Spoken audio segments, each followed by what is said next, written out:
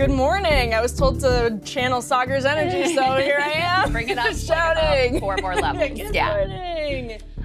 Emily, great to have you this morning. Glad to be here. We have a fantastic show planned, of course.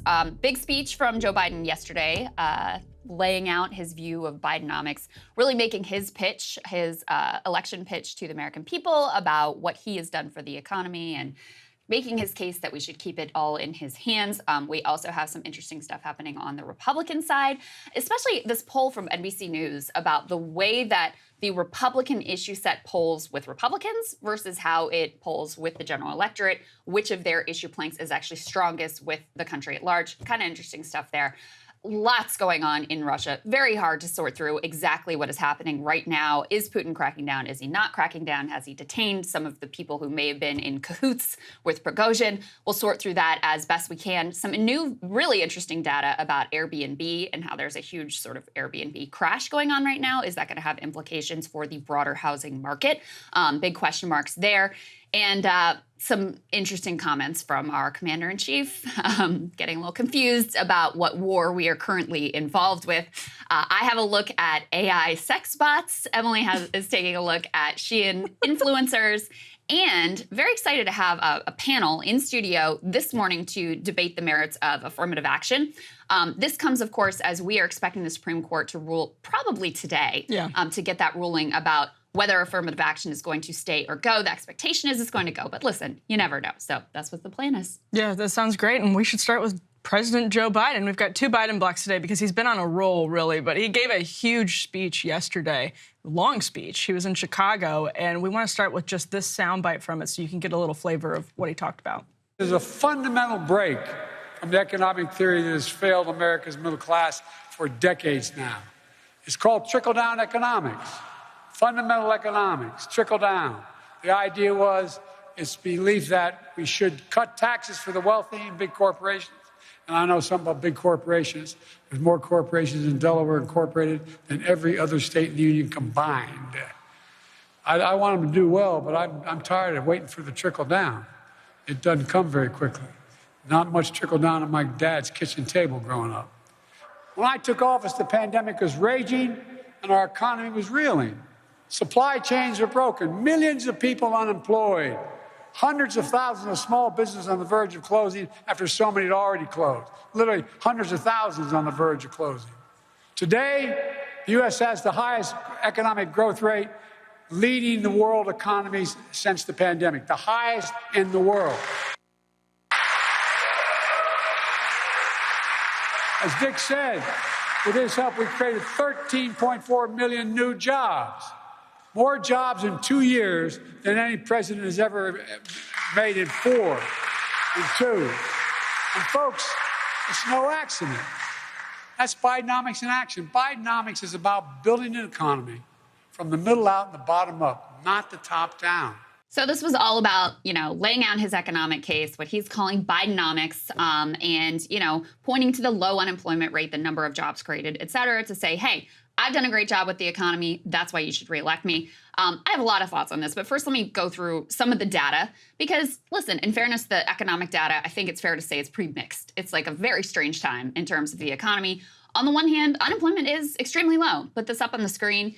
There was a sort of natural recovery, of course, after the pandemic when things opened back up, so that makes sense. There were also overt recovery efforts, many of which appear to have been quite successful. And so we have a quite low historic unemployment rate, which obviously is an important metric and one that the White House likes to tout. You also have, and this is maybe the most interesting one to me, put this next one up on the screen, you actually have inequality for the first time in my life. Lessening, because you've had the rich taking a bit of a haircut post-COVID.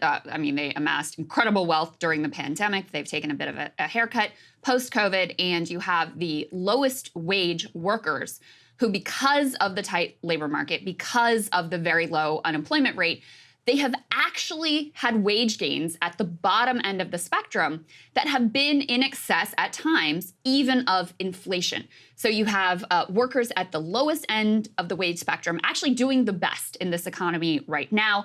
Not that it's nearly enough. And let's get to the other side of this. So the next piece of information that makes things complicated, to say the least, is that inflation has been quite high. I put this up on the screen. And obviously for most workers, that has meant that they have been getting a paycheck cut every single month. They go to the grocery store, they see the price of goods going up and up, the amount that they were making in their paycheck not going nearly as far, more and more difficulty trying to, make rent or make a housing payment at the end of the month. You have housing costs that have been going up for years and years, and even now they haven't come down, but meanwhile you've got, Fed interest rate hikes that have made housing more affordable literally than ever before. So a lot to also weigh on American families and American workers. And that is perhaps why, I put this up on the screen, in spite of all of the happy talk from the Biden administration about how great the economy is, this is probably the most important metric. Only 1 in 3 approve of Biden's handling of the economy amid Bidenomics push. They say this is according to the latest polling. You even have some softness among Democrats in terms of how they view Biden's handling of the economy. Overall, 72% of Democrats approve of Biden's job performance, but only 60% approve of his handling of the economy. So, he wants to sell that, hey, things are great. I've done a great job. That's why you should put me back in office. But Emily, the American people, by and large, do not agree. Yeah, and it just doesn't work when you have inflation still at that level because everyone's earnings increasing, whatever, it's all getting eaten away at. And that's one of the biggest problems for Biden. He passed a bill, a signature piece of legislation called the Inflation Reduction Act that was always, as a title, somewhat laughable and almost like the apex of Washington branding. Yeah, well, in fairness, that was like Manchin who wanted that branding slapped on it. Yeah, no, it's always good to but they did accept remember it, yes. that was Joe Manchin special. But that said, they did accept it and actually really touted it and leaned into the Inflation Reduction Act branding. And that's in people's memories. That's in the voters' memories. And so when you see people are experiencing this economy very unevenly. So where inflation in the basket of goods is hitting, if you're at the lower end of the income spectrum, that's hitting you pretty hard in ways it's not hitting people at the upper end of it. And so that's a big, big, big problem for Joe Biden that it is going down. So maybe, inflation is going down, but not evenly. Not everything in inflation is going to housing causes show no sign of stopping. Car prices, there's been some slowing in used cars, but it's really uneven. And Biden is not in a position to say in the next however months until the election, like a year and a half until the election, we're just going to be in a great place again. Well, Democrats have this constant instinct that if the American people, aren't giving him high marks on the economy, it's not because there's anything the administration did wrong. It's because we just haven't gotten our message out yet. Right. They just don't really get how great we actually are and how great their lives are actually because of the policies that we've implemented. Whereas, I think normal people in their everyday lives, looking at their paychecks, looking at how far it's getting them, looking at their costs, are probably in a better position to understand their economic reality than, the president sitting in the White House. So I do think that this pitch, it just falls flat at this point because it's not what people are experiencing in their day-to-day lives.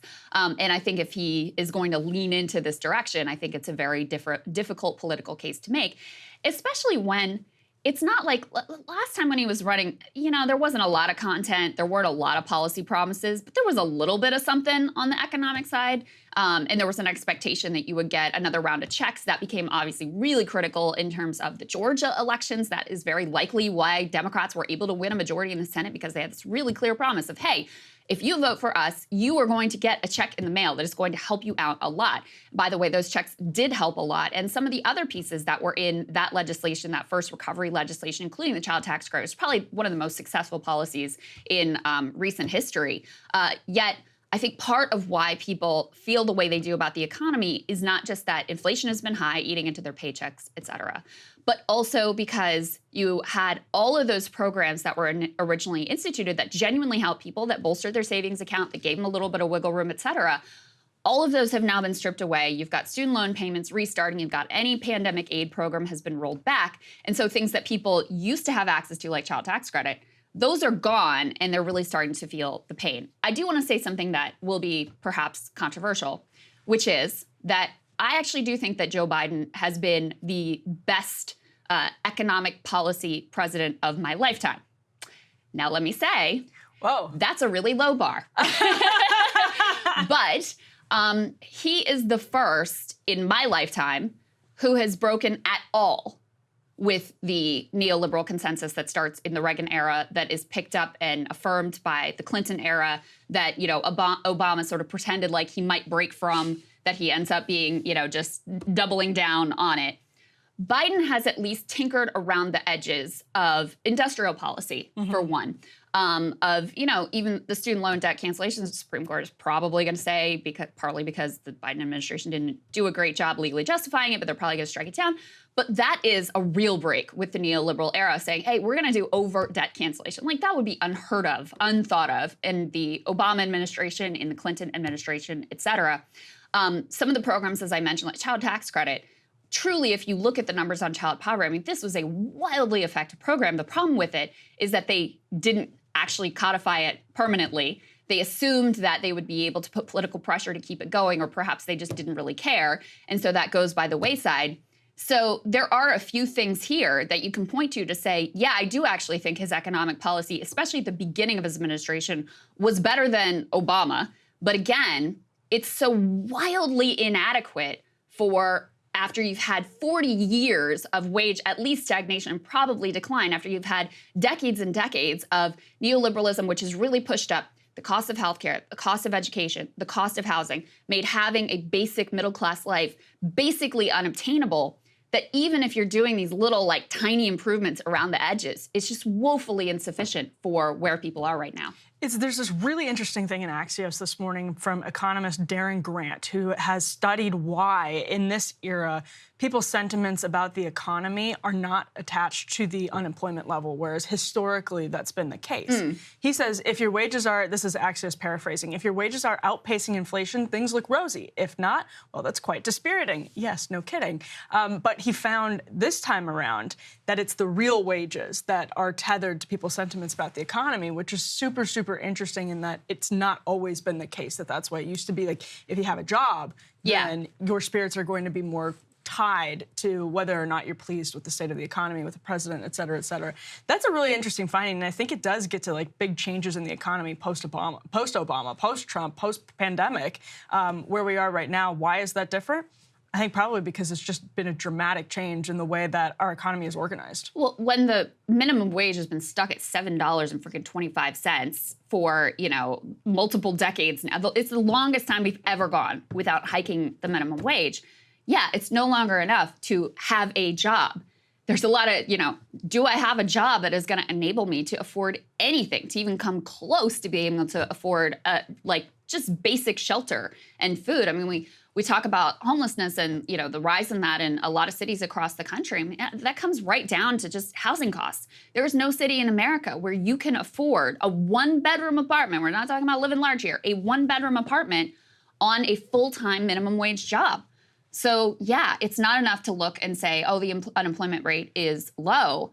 You have to say, not just do I have a job, is it a good job? Is it a job where I have health care? Is it a job where I have some sort of stability, where I have some sort of predictability in terms of my schedule? And this is why, Emily, that you've seen such a rise in interest and support, by the way, historic support for the labor movement, because there is this awareness. I think Chris Smalls, who's the president of Amazon Labor Union, he said it well. He's like, we're not quitting our jobs anymore. We are going to organize at our jobs and make these good jobs. Yeah. You see this with the Starbucks baristas who are saying, like, listen, it's not enough that you're going to, like, virtue signal to me, which they're, like, barely not even doing anymore, apparently, with this whole pride flap. But it's not enough you're going to virtue signal to me. I actually want this to be a good job, and I'm willing to take some risks to do it.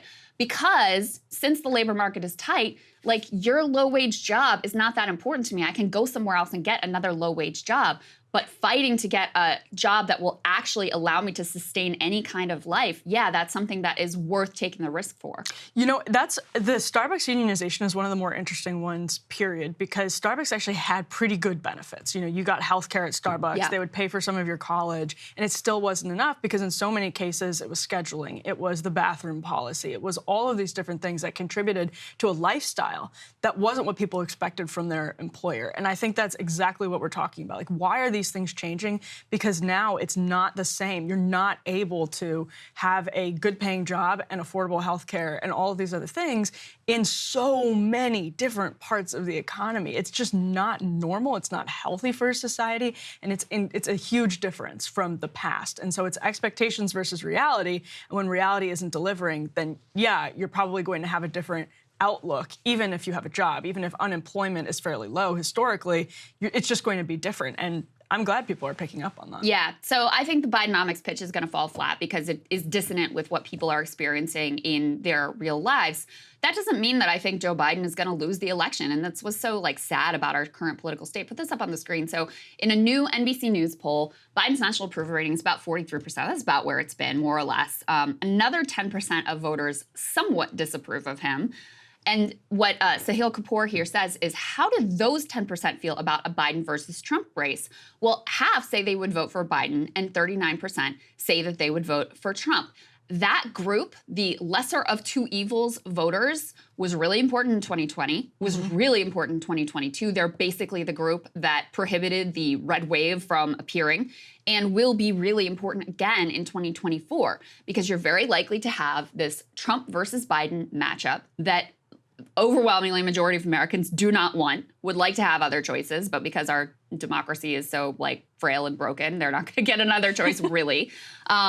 And so they're stuck with these two dudes that they would really rather would move on and leave us all alone. So who the people who don't like either one of them vote for are going to be a critical factor. And this is always, Emily, what the Biden people have thought. They have thought Ron Klain, after Emmanuel Macron won, while he had 30-some% approval rating, Ron Klain, Joe Biden's former chief of staff, tweeted out oh, interesting that he was able to pull that off, not because people loved him, but because they hated his opponent. That has always been the play here. So to me, it's just such a sign of decay and so pathetic and so outrageous and enraging too, that you think as Joe Biden and also as Donald Trump, that you can run without really promising anything to the American people on a material front, that you can run without, just trying to bolster what you've done already in office, but without offering any sort of affirmative agenda for the future. I think that's a really sad state of affairs, frankly. It's also how Donald Trump won, because people so detested Hillary Clinton and so wanted her away from the corridors of power. And so I actually think the signs of decay are abundantly obvious. It's not just with Joe Biden, it's also with Donald Trump. And when you're pitting, in all likelihood, Donald Trump against Joe Biden, just like we saw in 2020, it's an extremely pathetic state of affairs, but it's the matchup that we deserve at this point. We've basically earned this. But, it's I shouldn't say we deserve it. It is the one that we're getting. But people do deserve exactly better than that. Although, to some extent, we have all created this situation because we're all here. But it's pretty bad. It is pretty bad. With some level of complicity. Yeah. But no, in all honesty, I think that's exactly right. And that's where enter PodSave bros. You've got to see this clip because it's so... First of all, I think this is going to be a huge narrative in the next year and a half before the election. More than it was with the Jill Stein, Susan Sarandon line of argumentation from the sort of establishment left. But also, he just puts it in a way that is so perfectly awful here. You got to watch. If the people who voted for Jill Stein, just Jill Stein, in Michigan, Wisconsin, and Pennsylvania had voted for Hillary instead, Donald Trump would have never become president. That's it, right? And so, I'm sure there's a lot of Cornel West fans out there. You live in a swing state, you vote for Cornel West, you're helping Trump become president. That's it. And you can say, oh, well, it's Joe Biden's fault. He did this or that. No. It's your decision. You get to decide whether you want to help Donald Trump become president or you don't. And if you want to help him, then you should vote for Cornel West, or you should vote for Joe Manchin and his no labels ticket, or you can vote for, RFK Jr. if he decides to run third party. But if you don't want to help Trump become president, you got to vote for Joe Biden. That's it. Very simple. Now, I think messaging to voters who might actually make this decision is probably a little different, I would say, because No, chastising works. Chastising works. Probably a little different. Does it? Because I would say history would show it does not work. And God, I'm having such 2016 redux right now because it is the same thing all over again. I mean, here you have the specter of Joe Biden going out, making this speech. And in fairness, these comments from the Pod Save dudes was before this Biden speech, but promising literally nothing, right? Not running on any sort of affirmative agenda. It really is just like, I'm not Trump and you got to keep me in here because you got no other option. And they could spend their time criticizing that, saying, listen, guys, if you want to win people over, like, you need to get out there and you need to make the case to them. And you need to, you got a lot of young people who were excited about the Biden administration, who actually gave him high marks at the beginning of the administration, who are so disenchanted and so disgusted with especially the recent direction of the Biden administration. You're going to have to appeal to them if you want to be able to win.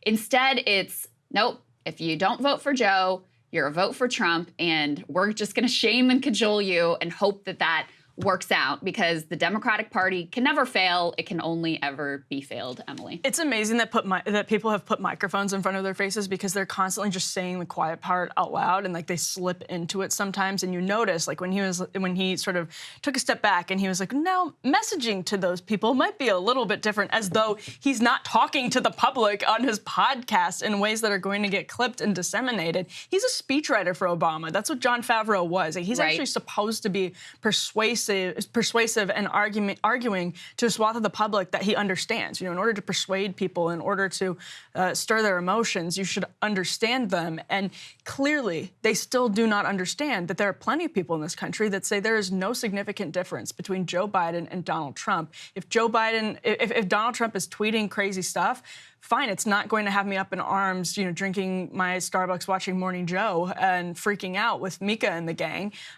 It's just the same old stuff. I'm still going to be in this stupid job with student loan debt, with, it's like, it doesn't change that much from one party to the other. And that's fundamentally what they don't understand, because he's trying to say, if you don't want Donald Trump to be president, don't vote for Cornel West. Well, you know what? There are a whole lot of Cornel West voters or RFK Jr. voters or voters for Marianne Williamson who say this is the same on both sides. It doesn't matter to me if I get an establishment Democrat or an establishment Republican or Trump or Biden. I'm still going to be screwed by the system. Yeah. So it doesn't matter.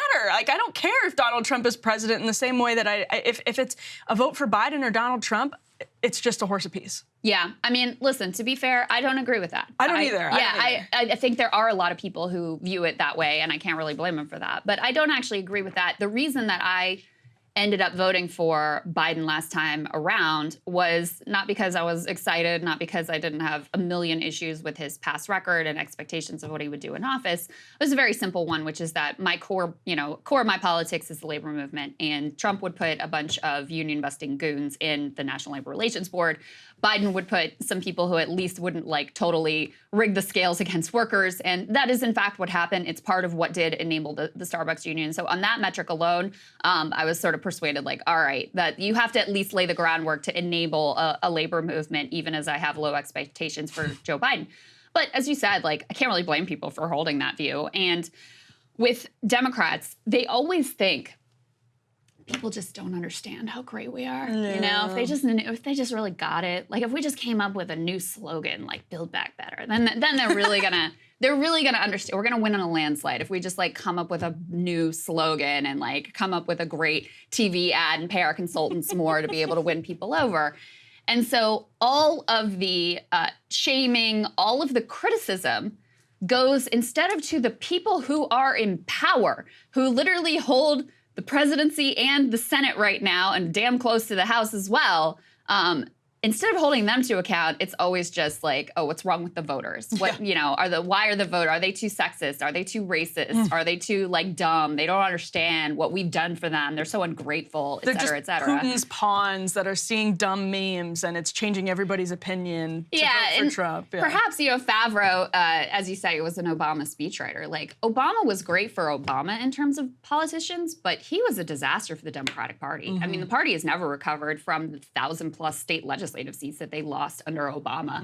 They've never recovered from all the governor's mansions that they gave up. Ultimately, they gave up the House and the Senate and then the presidency to Donald Trump, which it's amazing to me that there's never any self-reflection about, what did you do wrong that you go from Barack Obama to Donald Trump here? There's never any self-reflection about that. There's never even any criticism of Hillary Clinton, who is the most proximate cause of why we ended up with Donald Trump in the White House. Instead, it's just like, oh, it's the Jill Stein voters. They're the real problem. Yeah, they're the real problem. And continuously we hear that Democrats, like, I don't know, a lot of like Hollywood folks, whatever, are trying to field Michelle Obama, which I think is really interesting because it's exactly what you're saying. They think she can win, and that's literally all they care about. These because are all it's fantasies. power. Michelle Obama has never showed any interest in running for office. And listen, I think, especially they're stuck with Joe. There's no other. And so let's actually transition to, there was a new poll out of New Hampshire that was kind of interesting. And, listen, any one poll, you should take it with a lot of grains of salt, but put this up on the screen. Now, New Hampshire is really interesting because the Democrats, led by Joe Biden and the DNC, really screwed the state over.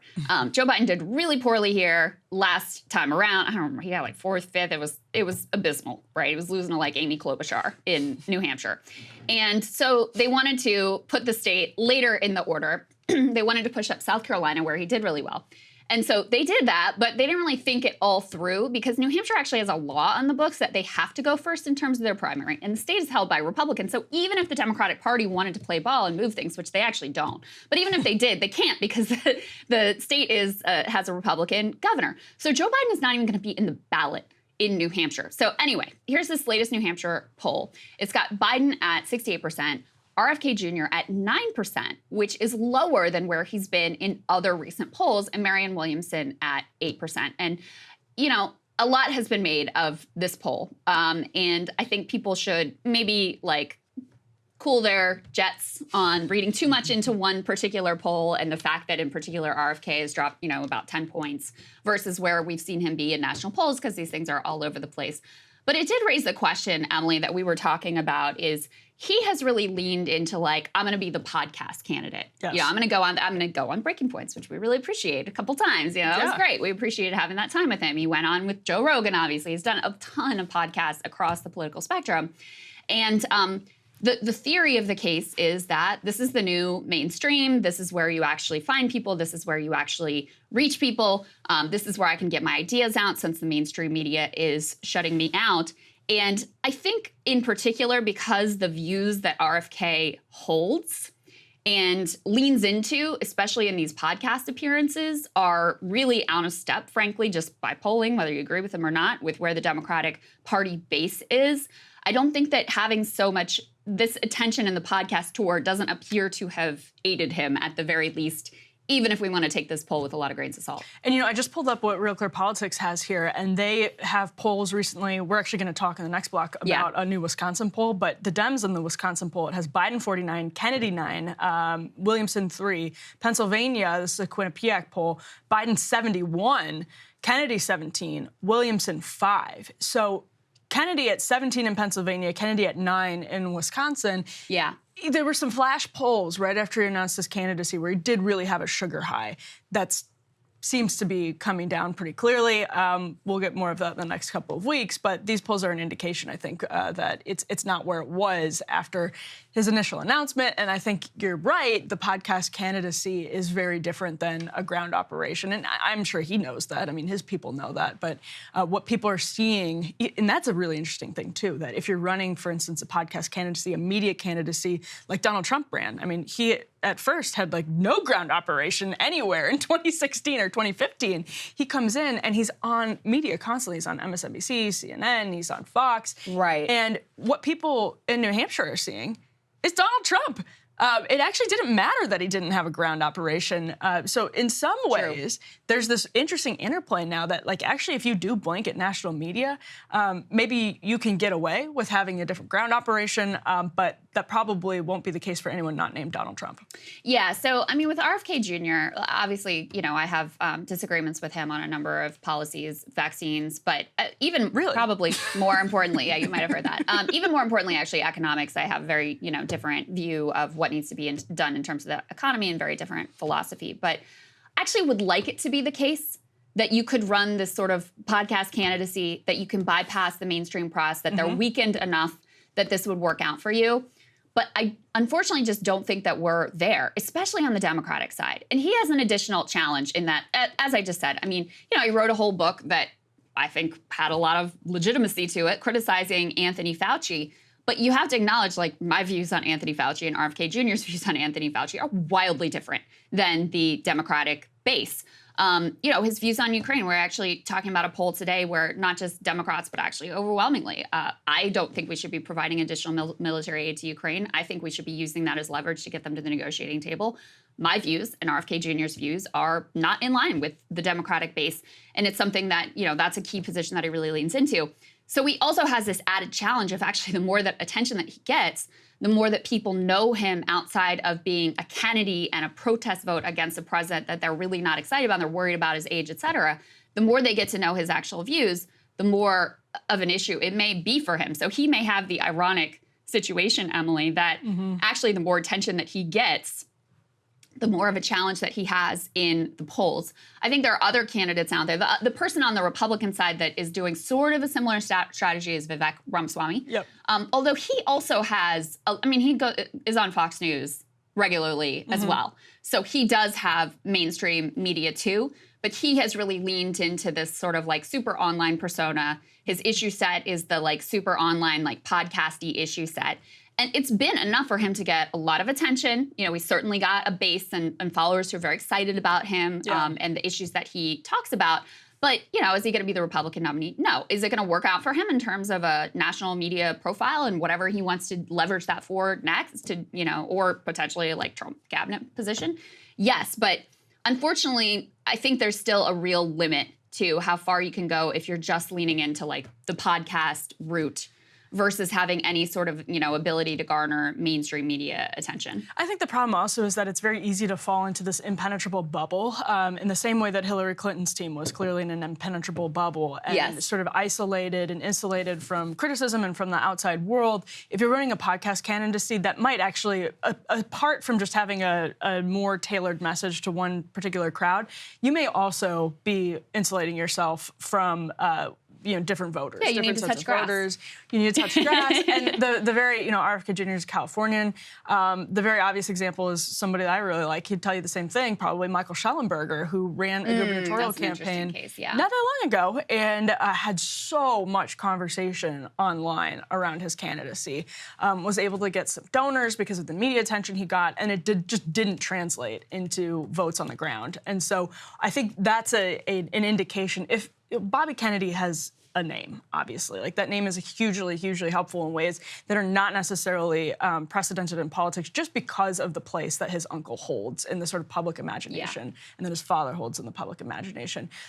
That said, all of this, it may end up being, not much more than a splash. I will say, though, Marie Harf, just as we're wrapping up here, she said recently, I promise you that Kennedy is not going to get above 20% in any primary. I think it's way too early to make a determination on that because while he may come down from a sugar high here, he may also adapt and say, yeah, our message has been a little bit narrow. It has been sort of to this, crowd of people that's, reads Substack and watches podcasts, which are important voters, but not all voters, and not necessarily have in common everything with all voters. So he can adjust, and I think saying that there's no way he's going to get 20% in any primary, way too early to tell. Yeah, especially when, again, Biden's not even going to be on the ballot in Iowa or in New Hampshire. Right. So I think that's honestly a really foolish thing to say. That's right. All right, Emily, why don't you set up for us this really interesting polling from NBC News about some Republican priorities? This stuff is fascinating. I'm so glad that we can actually put this up on the screen, the first element in the B block. So B1 here. Look at that. I know that the font is kind of small there, so I'm going to break it out for everyone. This is an NBC News poll that tested 11 different proposals and issues that the GOP candidates are campaigning on. And basically, they say, that I'm reading from the report, the recent push on using the military at the border is resonating with general election voters, though they, Republicans, are down on several other high-profile policy planks. So if you're looking at the screen, you're going to want to look at the upper left there. So support for deploying the U.S. military to the Mexican border to stop illegal drugs from entering the country. That said, so 55% of people say that would make them more likely to vote for a presidential candidate. Then take your eyes all the way down to the bottom right. wants to address the federal budget deficit by reducing Social Security and Medicare benefits for those who are not already enrolled in these programs. Only 12% of people said that would make them more likely to vote for a candidate. 77% of people say that would make them less likely to vote for a candidate. The most popular position that they tested among all registered voters and Republican primary voters was deploying the military to the Mexican border. And notice it wasn't just deploying the military. They asked in the question specifically about stopping illegal drugs from entering the country. And that's actually a pretty key distinction, because we talked yesterday about the Stephen Miller drone the migrant boat allegation, which both of us, I think, find a little bit dubious. But the distinction there is we're just going to stop people from entering the country, not drugs. Right. And when you're asking specifically about drugs, that should be a huge red flag for Republicans to test out that messaging if they want this, like, deploy the military to the border thing to work electorally. You probably want to ask specifically about stopping the flow of drugs. That's what's polling well, and that is a very different thing than people. Drugs, people, very different. You think that sounds pretty obvious, but to politicians, it's not. Yeah, and they actually tested also. So they tested supports deploying troops to the border to stop illegal drugs, and that was the best. This is, a whole list of basically Republican priorities. A bunch of stuff about, transgender kids. There's stuff about abortion. There's stuff about stop the steal. So they tested all of these sort of like Republican talking points and priorities.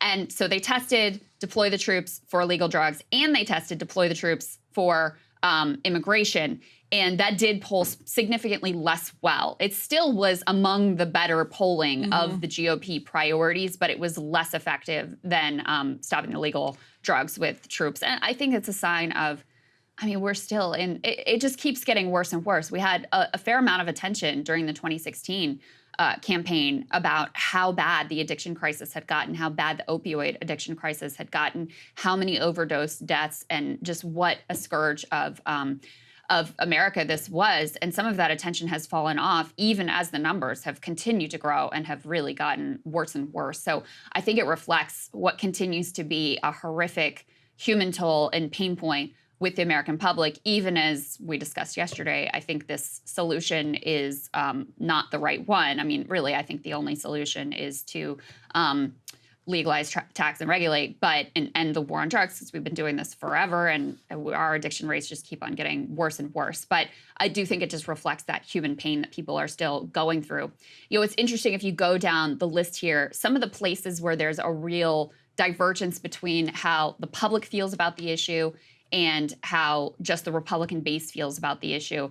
Abortion is one of the top ones in terms of that sort of like disconnect. So overall, you only have 29% who say that banning abortion after the first 6 weeks of pregnancy, which is the Ron DeSantis, that's the Ron DeSantis position, only 29% say that makes them more likely to vote for a candidate overall, whereas 57% say it's more than a majority, say it makes them less likely to vote for that candidate. With the Republicans, there is a clear majority, 52%, in favor of, and say that it's more likely to make them vote for a candidate who supports banning abortion after the first 6 weeks, and only 30% opposed. Now, 52% is not like 80%, but you can see how the politics of this within the Republican base, especially because the pro-life part of the Republican base is very organized and very effective and very powerful, you can see why you have candidates like Mike Pence, Ron DeSantis, and others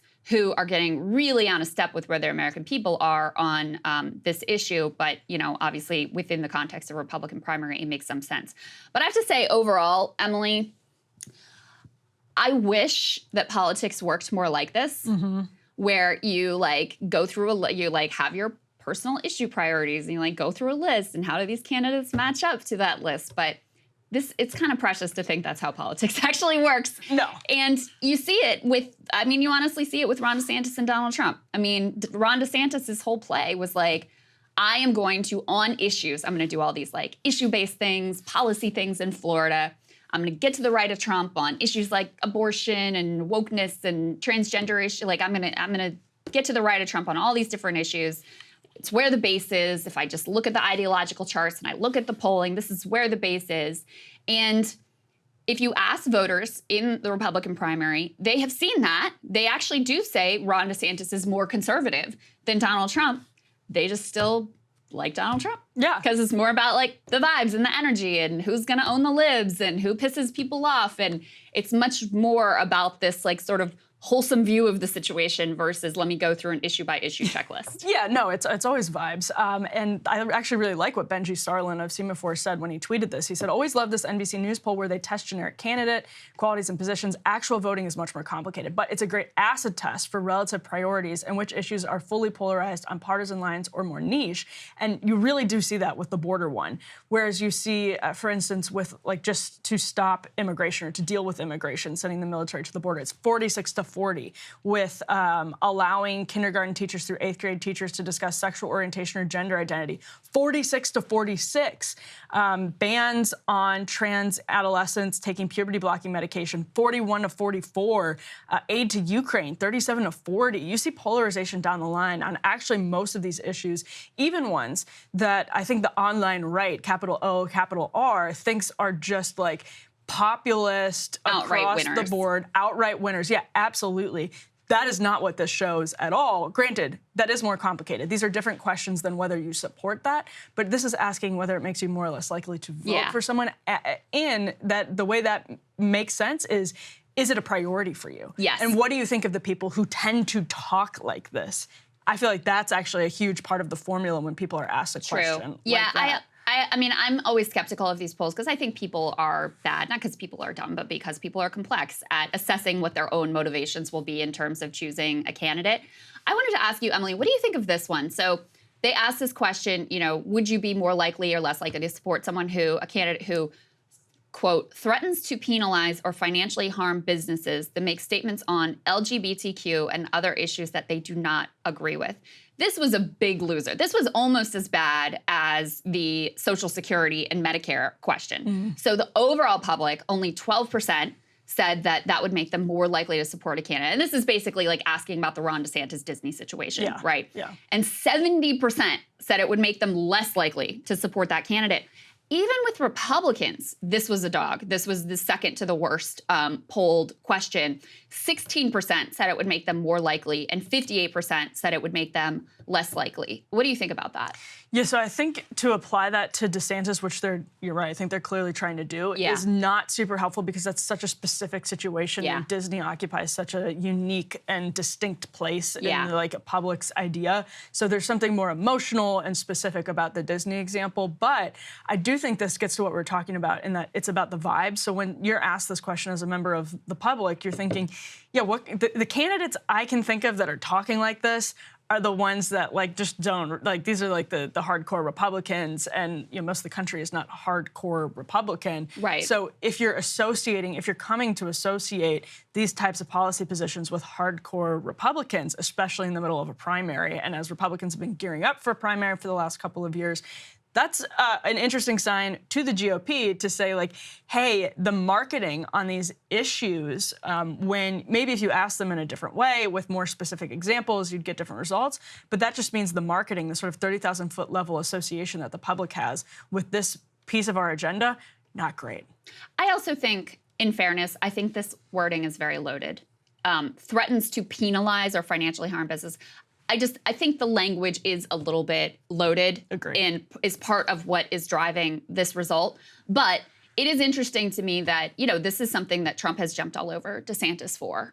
He has really kind of taken Disney's side in this dispute and said that, you know, they're humiliating DeSantis and making him look foolish, something like that along those lines. And, you know, I do think that there is something there in terms of Trump feels like there's an angle that he can work. And, you know, I think Trump is much better politician, much savvier politician, and he has more of just a populist sensibility. Yes. Not that he's like a genuine, but he has that normie vibe sometimes that comes through. And in this instance, it seems to be backed up some by the polls. Well, and let's move on to this. You can see there was one of the most hotly anticipated polls in politics, the Marquette University poll of Wisconsin voters. One came out yesterday on the GOP presidential primary. We can go ahead and pop this element up on the screen. It is B2. Yep, there it is. So this is Molly Beck of the Milwaukee Journal-Sentinel. New polling in Wisconsin's presidential primary for Republicans from Marquette University Law. Trump is at 31%. DeSantis is at 30%. Pence at 6%, Tim Scott at 5%. That undecided number is around 20%. That's a pretty big deal, but I think it's also that 20% is a really big deal. Now, the margin of error here for all voters is plus or minus about 4 points. Margin of error for Republicans about 6.5 points. So that Trump versus DeSantis could vary pretty wildly within that margin of error. And actually, that means Pence and Scott are both within the margin of error, polling at 6 and 5%. That said, it's going to be, we talked about this yesterday, that when you look at these big national polls of Trump versus DeSantis, of Republican voters, Trump is way ahead. But the way our primary process works, if you catch momentum in an early state, and Wisconsin isn't one of those, but if you could replicate these polling results at any point as we approach the actual primary or caucus in Iowa or in New Hampshire, because someone has a really good ground game in a state or is particularly popular in a given state, Wisconsin, somewhere that Ted Cruz actually won, I believe, in 2016, that was generally not a huge Trump state until he really started to catch on with folks in rural Wisconsin and is extremely popular up there. That is what can make the difference. If you start winning particular states, then you just get momentum in a way that totally changes the national polls. Again, I still think Donald Trump is clearly the front runner, but it's pretty, I think, useful to zoom in on particular states where the race is much closer, because that's an indication that DeSantis can compete in individual states, and individual states are going to be instrumental in shifting funds, in shifting momentum, and shifting media coverage as the primary season gears up. Yeah. So that's a pretty useful metric. So that's definitely the DeSantis case, right? That's their case. That's their plan. Iowa has, I think he's got a decent shot there because there is a strong religious right, evangelical base that has rewarded candidates that do hold their issue set. DeSantis has positioned himself to the right of Trump, particularly on the issue of abortion. So I think that probably is his best shot.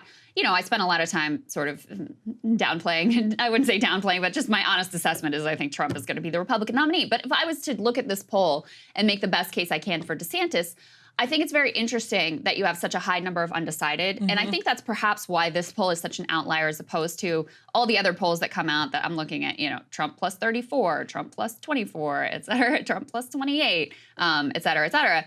I think it may be because they allowed people to say they're undecided. Whereas a lot of other polls, the way they're constructed, you got to pick one. And so the best case I can make for DeSantis is that while Trump's base may look really rock solid, only maybe 30% of it is really rock solid. Maybe the other 20% that he typically gets, that gets him over 50% in these polls, maybe they are open. Maybe there is a pitch that you can make to them that would persuade them to move off of Donald Trump. And so, and the solidity of his support may be more of an illusion than it sometimes appears. I think that's probably the best case you can make for DeSantis based on this poll, which is admittedly an outlier based on the other things we've been seeing coming out lately. Yeah, and this is a poll that has been wrong in some pretty, I would say, egregious ways in the past. They all have been, so in fairness. But this was one that was like really egregious in 2020? In a couple different cycles. Really? They've had some misses. And with a plus or minus 6.5 margin of error for Republican voters, that's pretty significant. Now, if it's between Trump and DeSantis, this is Molly reading the poll here, 57% of Republicans say DeSantis, 41% say Trump. So DeSantis in Wisconsin, if this poll is to be believed, comes out ahead with Republicans pretty easily, like well above the margin of error if it's DeSantis versus Trump in Wisconsin. If it's Biden and DeSantis, 49% go with Biden, 47% pick DeSantis. Between Biden and Trump, 52-43. Biden wins over Trump by a larger margin than he ultimately did on Election Day.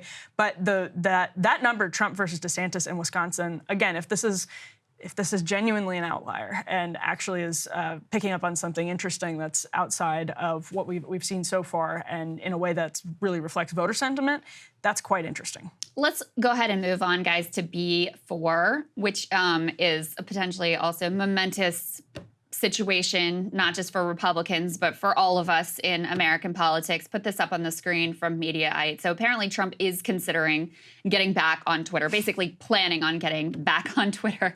I like the way Mediaite frames this. He's saving his return to Twitter for a special occasion like another indictment. Yay! The Axios had the original report here, Emily, and they basically said he had actually considered getting back on after the original indictment, but then decided to wait. I mean, this is complicated for him financially because obviously he has a piece of Truth Social. He also, I think, has some agreements, exclusivity agreements with them that he has to, doesn't have to, but is potentially advantaged by letting those exclusivity agreements run out. But it looks like at some point in this election cycle, we are going to get Donald Trump's tweets back in all of our lives. And you know, it's funny, but it is also kind of a game changer, I think, and his team seems to be noticing this according to the Axios report, in that I think this goes to the argument that Twitter truly is a monopoly and has a wildly unfair market share and needs to be regulated differently, because as they're noticing, you really need to be on Twitter to specifically have the influence that you might think you could get from Truth Social. Yeah. But Truth Social is an echo chamber, and that's not why anybody uses these social media platforms. They end up getting used that way,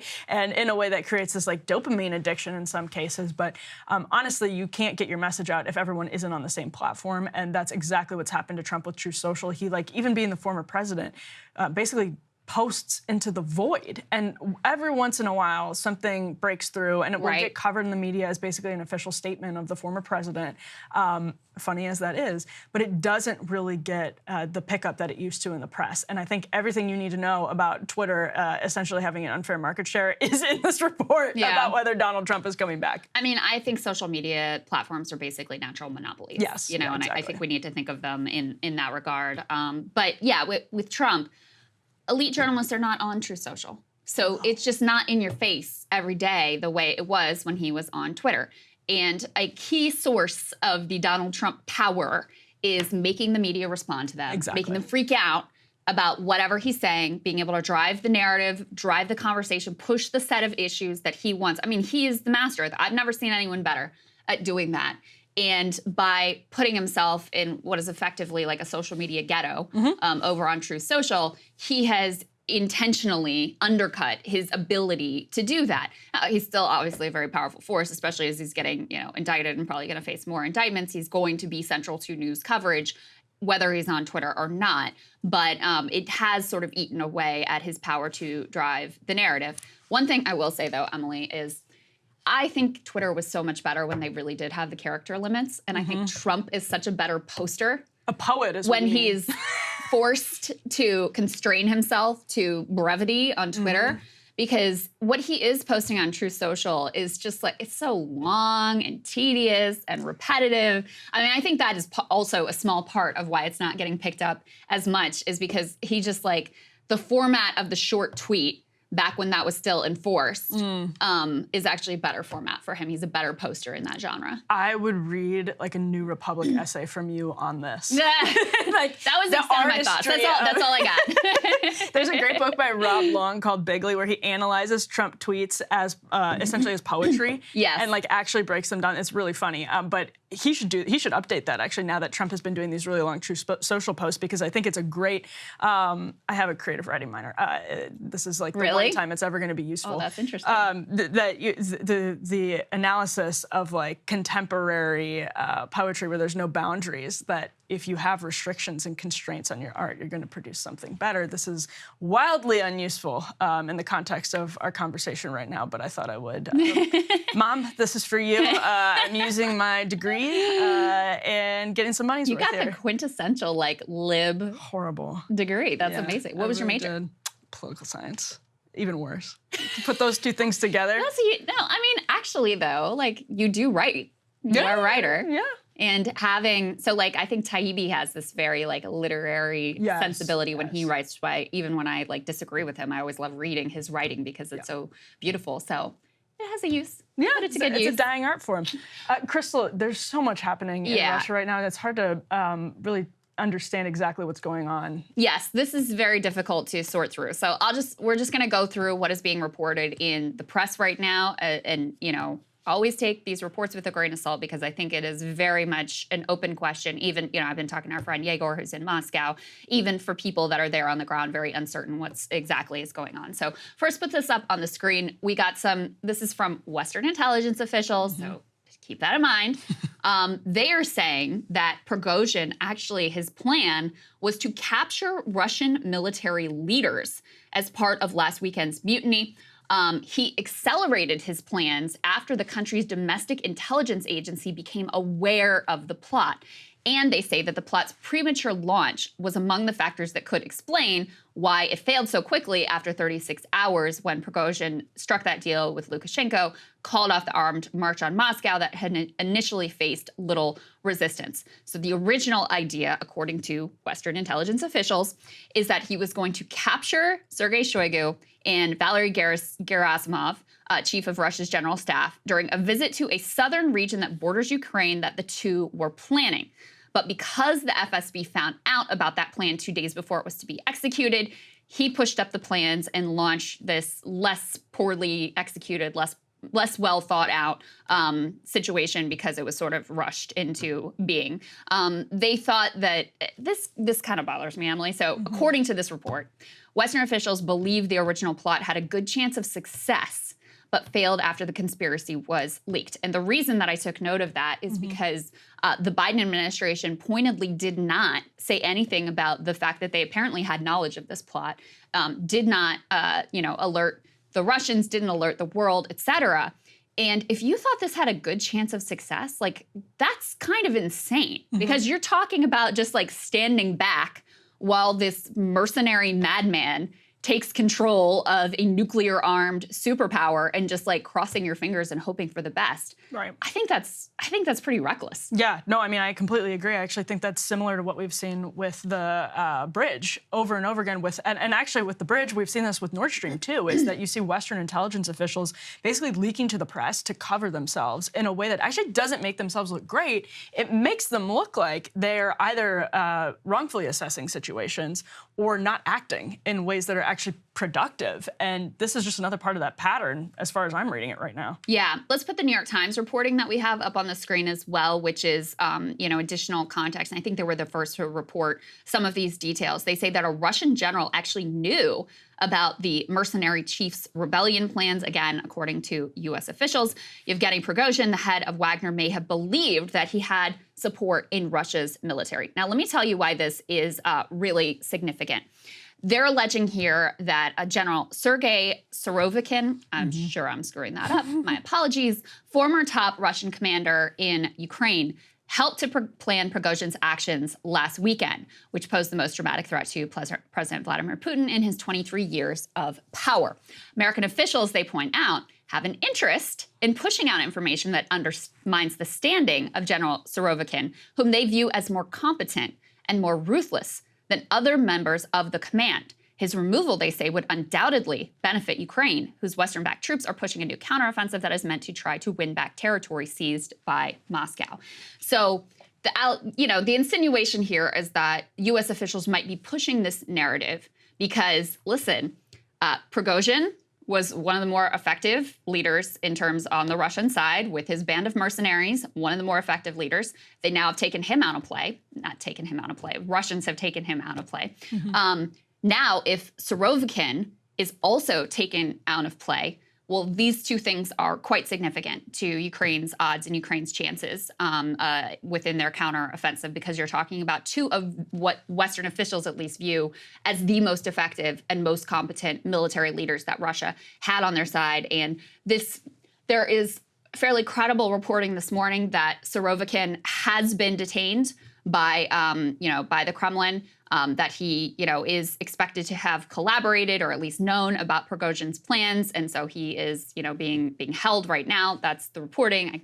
Nobody can really fully confirm it, but it is an interesting turn of events. I'll just say that. Yes, it is, and we're told over and over again that the end goal here is nothing short for the West and for the United States of regime change, and that's why there's Western intelligence official leaks or comments to the press right now are really strange to me because not strange, actually, they're perfectly logical, but they're really trying to emphasize discord within the ranks. And whether or not that's true, I think is an open question, given the fact that our only acceptable end game as our American lawmakers and officials in the West have said over and over again, the only acceptable end is regime change, then it makes complete sense. You're starting to leak from Western intelligence officials to the New York Times, to the Washington Post, to the Wall Street Journal, that Putin is weak and that there's discord in the ranks. And that's exactly what we're seeing after this coup is continued Western intelligence officials saying that there's just too much discord, that Putin is, really in trouble this time, et cetera, et cetera. And that, given the only indication we have of what could end this war in an acceptable way to the Ann Applebaums of the world and the politicians who read her essays in The Atlantic, if that's regime change, then the motivation here makes me doubt the veracity. I already have seen the Ukraine hawks seizing on what happened here to say, look how weak Putin is. Yes. Look at how, they were able to march so close to Moscow and he barely did anything, and, let this guy just get off the hook and go to Belarus. And that means that his red lines don't mean anything. Ergo, we should continue to push the bounds of what may corner him. Maybe he is a red line that he's drawn. This is justification why we should do even more. I'm already seeing them make that case. In terms of the public perception, I think these things are a little bit hard to gauge in immediate real time. But put this up on the screen. I did find this interesting. We did have a trend of decreasing U.S. public support for continuing military aid. That has been the trend for some months now. We now have a new poll that goes in the opposite direction, and it is not lost on me that this poll was taken, people responded to it just shortly after this whole Russian attempted coup situation unfolded. Put this up on the screen, guys. You've got 81% of Democrats, 56% of Republicans, so even a majority of Republicans, and 57% of independents favor supplying U.S. weapons to Ukraine. As I said, it was concluded on Tuesday. Charted a sharp rise in backing for arming Ukraine, with 65% overall of respondents approving of the shipments. That's compared with 46% in this same poll last month. So, for me, with polls, the absolute numbers are less accurate than the directional change.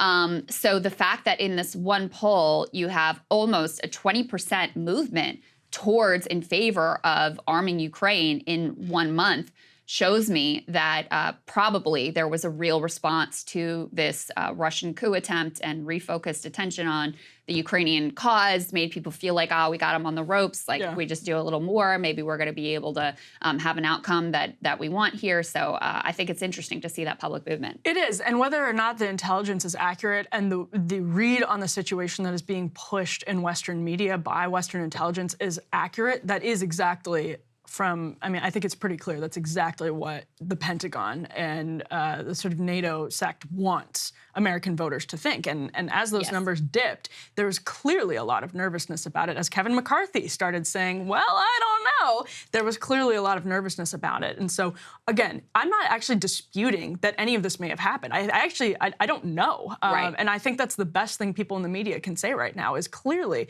to your point, you can talk to people on the ground in Russia who don't know. Yeah. So for people sitting in their air-conditioned studios to say that they know exactly what's happening in Russia and Putin's on his last leg is just nonsense. Yeah. But whether or not it's true, the intelligence narrative is taking hold. And one of the things I found very interesting about this poll is that when you tied it to China in particular, you get 76% of Americans saying that providing aid to Ukraine demonstrates to China and other rivals that the U.S. has, quote, the will and capability to protect our interests, our allies, and ourselves. That's higher than I think what you would get if you didn't ask that question specifically tied to China. For sure. And that's another probably that is going in the binder over on the Hill for the press people and the policy people. Yeah, the people that are finger in the wind. are going to pay attention to this poll. The last piece of this, well, there's a lot of questions still open, but this was an important coda as well. So what is going to happen to the Wagner Group that Prigozhin was head of, this group of mercenaries that were not only operating in Ukraine, I mean, they were involved in Syria, they are involved in Africa, they really have a pretty wide footprint.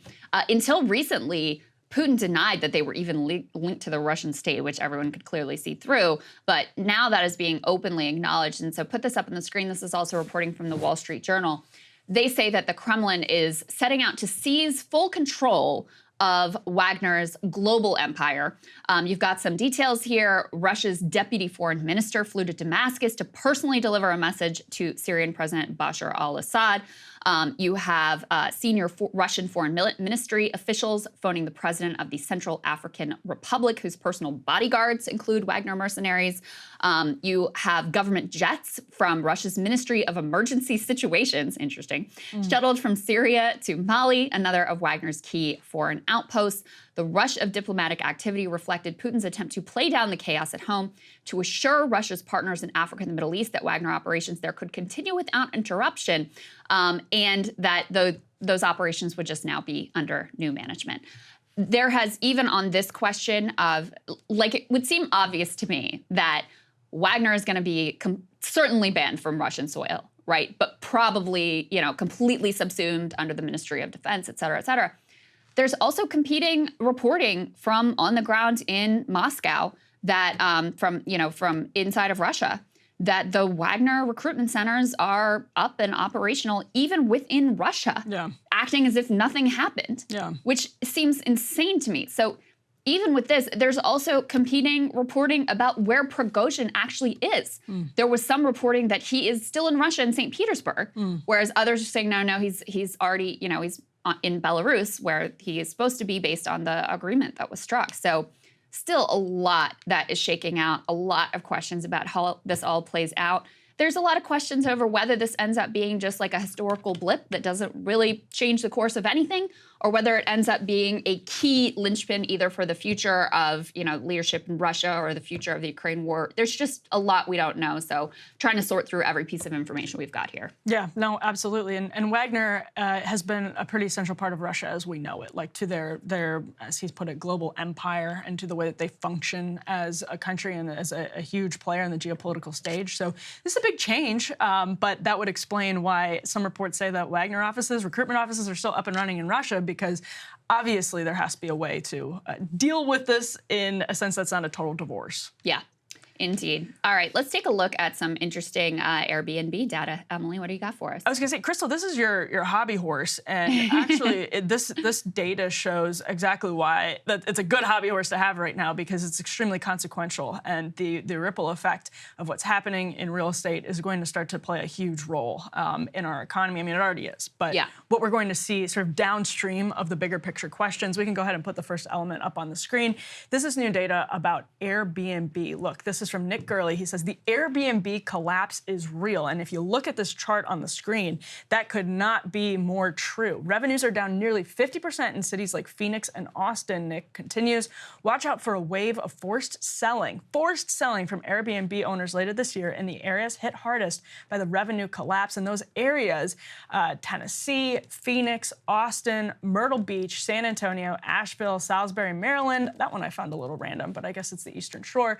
Nashville, Denver, Breckenridge, New Orleans, a lot of vacation destinations, Lakeland, Florida, Seattle, Washington, Panama City, Florida, and Orlando, Florida. We can go ahead and put the next element up on the screen as well. Nick continues to parse the data. And he says here, what's scary for the U.S. housing market is just how many Airbnbs there are. Data from All the Rooms shows 1 million Airbnb/VRBO rentals compared to only 570,000 homes for sale. 1 million rental properties compared to, roughly half of that homes for sale creates huge home prices downside if struggling Airbnb owners elect to sell. Huge home price downside if struggling Airbnb owners elect to sell. I mean, just think about what that looks like if you start to have these huge crashes in particular markets, and it will be a little bit uneven. I mean, I think there were a lot of places that weren't up on that first chart we were talking about where you're seeing particularly the South seems to be getting hit really just smacked by this, where you're not seeing similar things for other huge Airbnb markets. New York, Washington, D.C. actually weren't on that list. And Crystal, I want to ask you what that means in terms of how the country experiences the sort of downstream effects of a crash in particular markets. I mean, it's complicated, honestly, because there are a lot of people hoping that housing prices crash, that we're sort of hoping that we might have a downturn in the housing market, because between the fact that housing prices have come down a tiny bit, but you have mortgage interest rates so much higher, it has made it so that it is the most, I mean, this is the most unaffordable time in history to try to actually purchase a home. So there are a lot of people who are not on the housing ladder, haven't been able to purchase a home, who will be out there going, yes, baby, come down prices, please. Yeah. Because for God's sake, they just seem to go up and up and up and become wildly unobtainable for anyone with just like, a normal middle class income. So there's that aspect of it. There's the Airbnb specific part of this, which I think is pretty interesting. Airbnb really skyrocketed like a lot of companies during the pandemic, because you have people working from home. Yeah. White collar professionals who had some money to burn. They were like, you know what? If I'm just working from home, that could be anywhere. Yep. So why don't I, go somewhere beautiful and rent an Airbnb for a month or a week or whatever. And lease my own place or rent my own place. Yeah, on Airbnb. I could do that too. And you had in certain, especially certain vacation towns, there was a place in upstate New York. Actually, I was talking to like a cab driver there that they had seen this huge influx of Airbnb people, and all of the properties were being bought up to be rented out as Airbnbs. You've also seen, and I don't know the specific numbers on this, this is kind of anecdotal, but I'm pretty confident this is the case. You've seen a real shift from originally Airbnb was like, just one random person, and they had a vacation property that when they're not using it, they want to rent it out, et cetera, and they use Airbnb. Okay. Now it seems to have become very corporatized, where more likely than not, if you're renting an Airbnb, it's part of some property group and they manage a bunch of properties. And that has made the experience more transactional, and I think in a lot of cases less pleasant. In my personal anecdotal experience, because a lot of times if we're going to go out of town because I have a family, we'll rent an Airbnb because you got more space. I like to have a kitchen, et cetera. Yeah. It has lowered the quality of the experience because you have all these like crazy rules that they put into place. They're more likely to try to rig the system with like photos that are wildly unrepresentative of what the property actually looks like. So I think there's been a degrading quality as Airbnb has become this mainstream juggernaut. And then, obviously post-pandemic, there's a real lessening of demand because not everyone went back to the office that was a white-collar worker, but you did have a high percentage go back to the office or working remote, only like once or twice a week, which means that you can't just take off for wherever, whenever you want to. So that has obviously led to this downturn. And I think the ones that'll be offloaded are probably the ones that are run by these larger property companies. Because if you're a person who just has like a vacation home and this is just a way to make some side cash on it, you were probably able to sustain before you were getting all the Airbnb income. And so you may, be more likely to try to hang on to it. But I think for people who got in because they saw a quick cash opportunity, you probably see a lot getting dumped on the market. And also at property investment, this has basically been a small business and a huge nest egg for a lot of families. It's not, and I agree, it has been corporatized, it's been bought up. You tend to see like big chains owning tons of properties now. There is a portion, as you mentioned, of the Airbnb population where people were really sustaining themselves by renting, their English basement in a city like Washington, D.C. Yeah, true. And that was a huge part of how they were paying their mortgage. And when the sort of foot traffic stops, it's easy to like Monday morning quarterback this, but I really have always thought that Airbnb was a bad investment because unlike Uber, although Uber, you saw the same thing. I mean, with cab drivers who are super powerful lobby and the unions are very powerful, Uber really ended up getting off the ground, although it did have like fits and starts in places like New York or places like California, and is still facing regulation in those places. It was just very obvious to me that I think it was like 2017. I was in Lisbon, and there was anti-AirBNB graffiti on the walls of like different buildings because it's so disruptive. Yeah. It's so disruptive, and not in a way that is sort of universally good. Like there were just so many upsides to Uber. With AirBNB, there are really different. I mean, it's a very hard thing for Airbnb even to manage itself. And I think it's been great for a lot of families and people who are able to use it, but on the regulatory level, I knew that it was going to end up becoming way more complicated because a lot of places people just can't resist regulating things to death. But maybe we disagree on that part. Yeah, well, we definitely disagree on that part with regard to Uber because I mean, Uber's whole business model relies on basically like labor exploitation. So if your business model depends on like breaking labor law, then I think you got a problem with your business model. With regard to Airbnbs.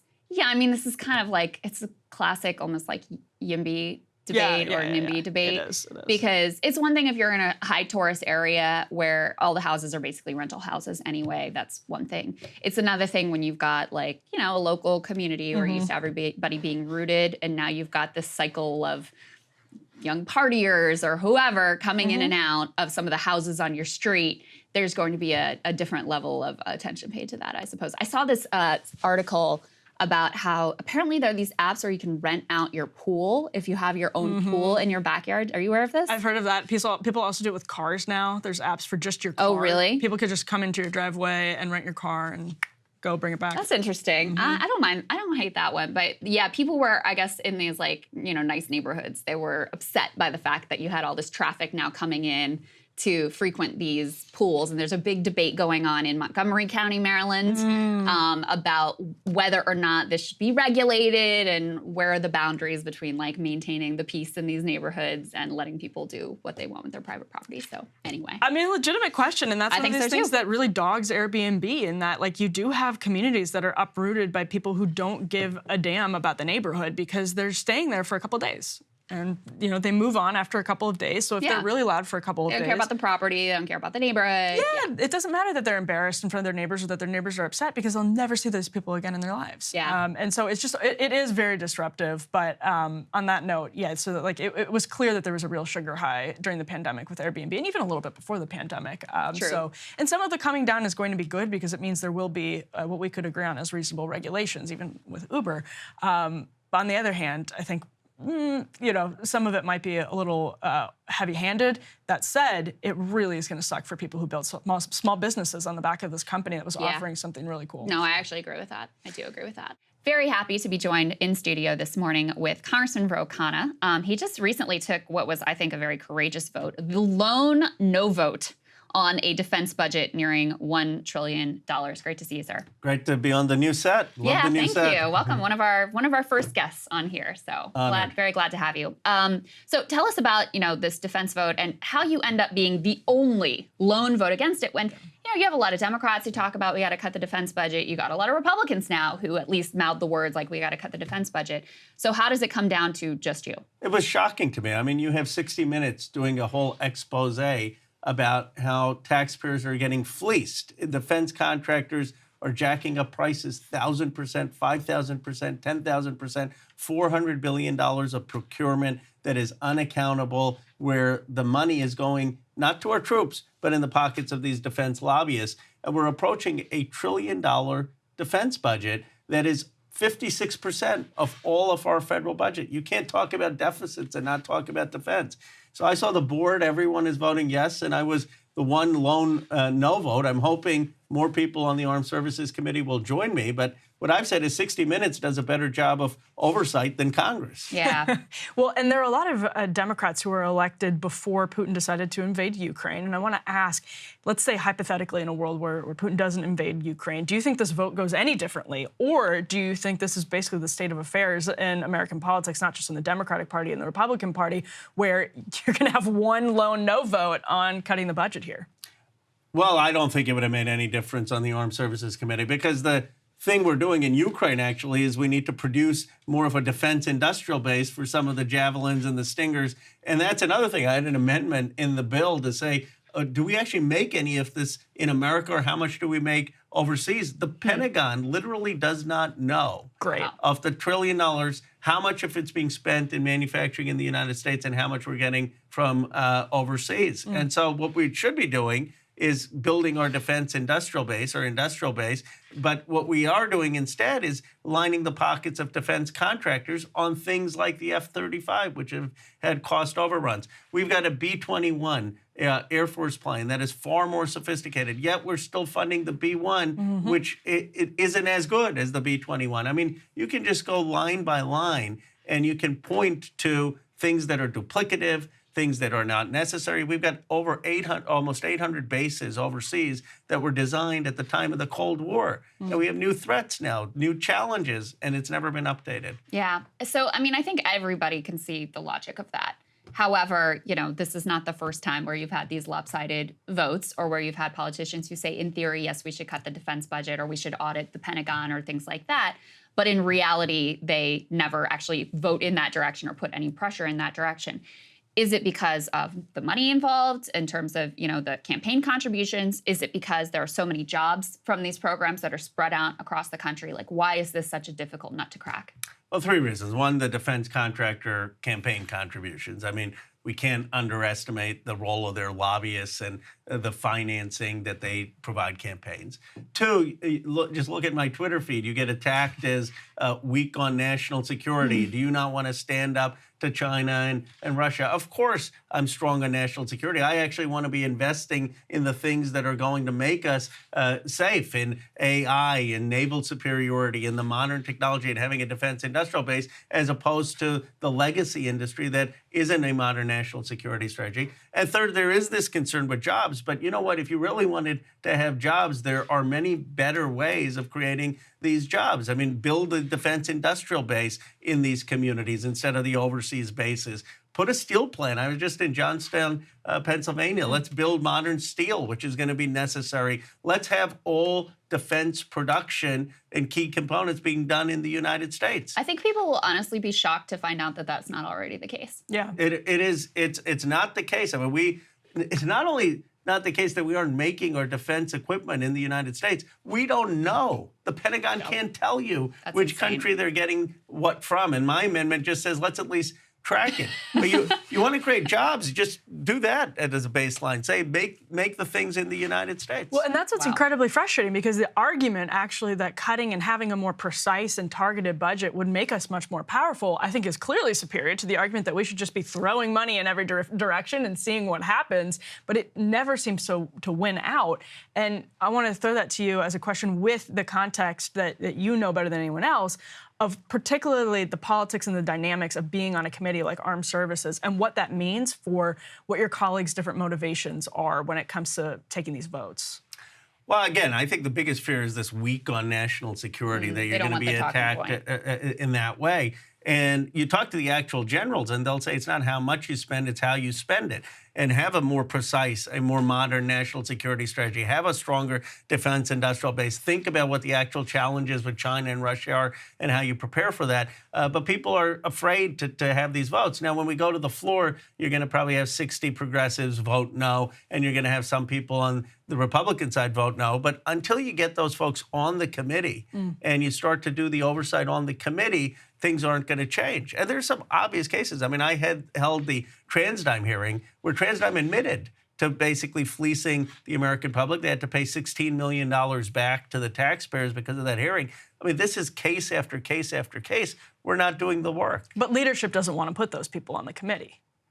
Well, it's both. Some of those folks don't want to be on the committee because they don't want to be part of it. And sometimes, so we need more of them to actually be on the committee. And sometimes it's leadership that doesn't want to have these things be contentious. But here's the point, that in the country, the vast majority of people know that we've got a bloated defense budget. Oh, yeah. This is not an unpopular position. They know we're spending way too much on overseas bases that should be spent here. They know that we should be making these things in the United States and not have a supply chain that is offshoring jobs. So this could be a popular position. Yeah, and you do see, as I mentioned, some Republicans who have rhetorically embraced the theoretical idea of cutting the defense budget.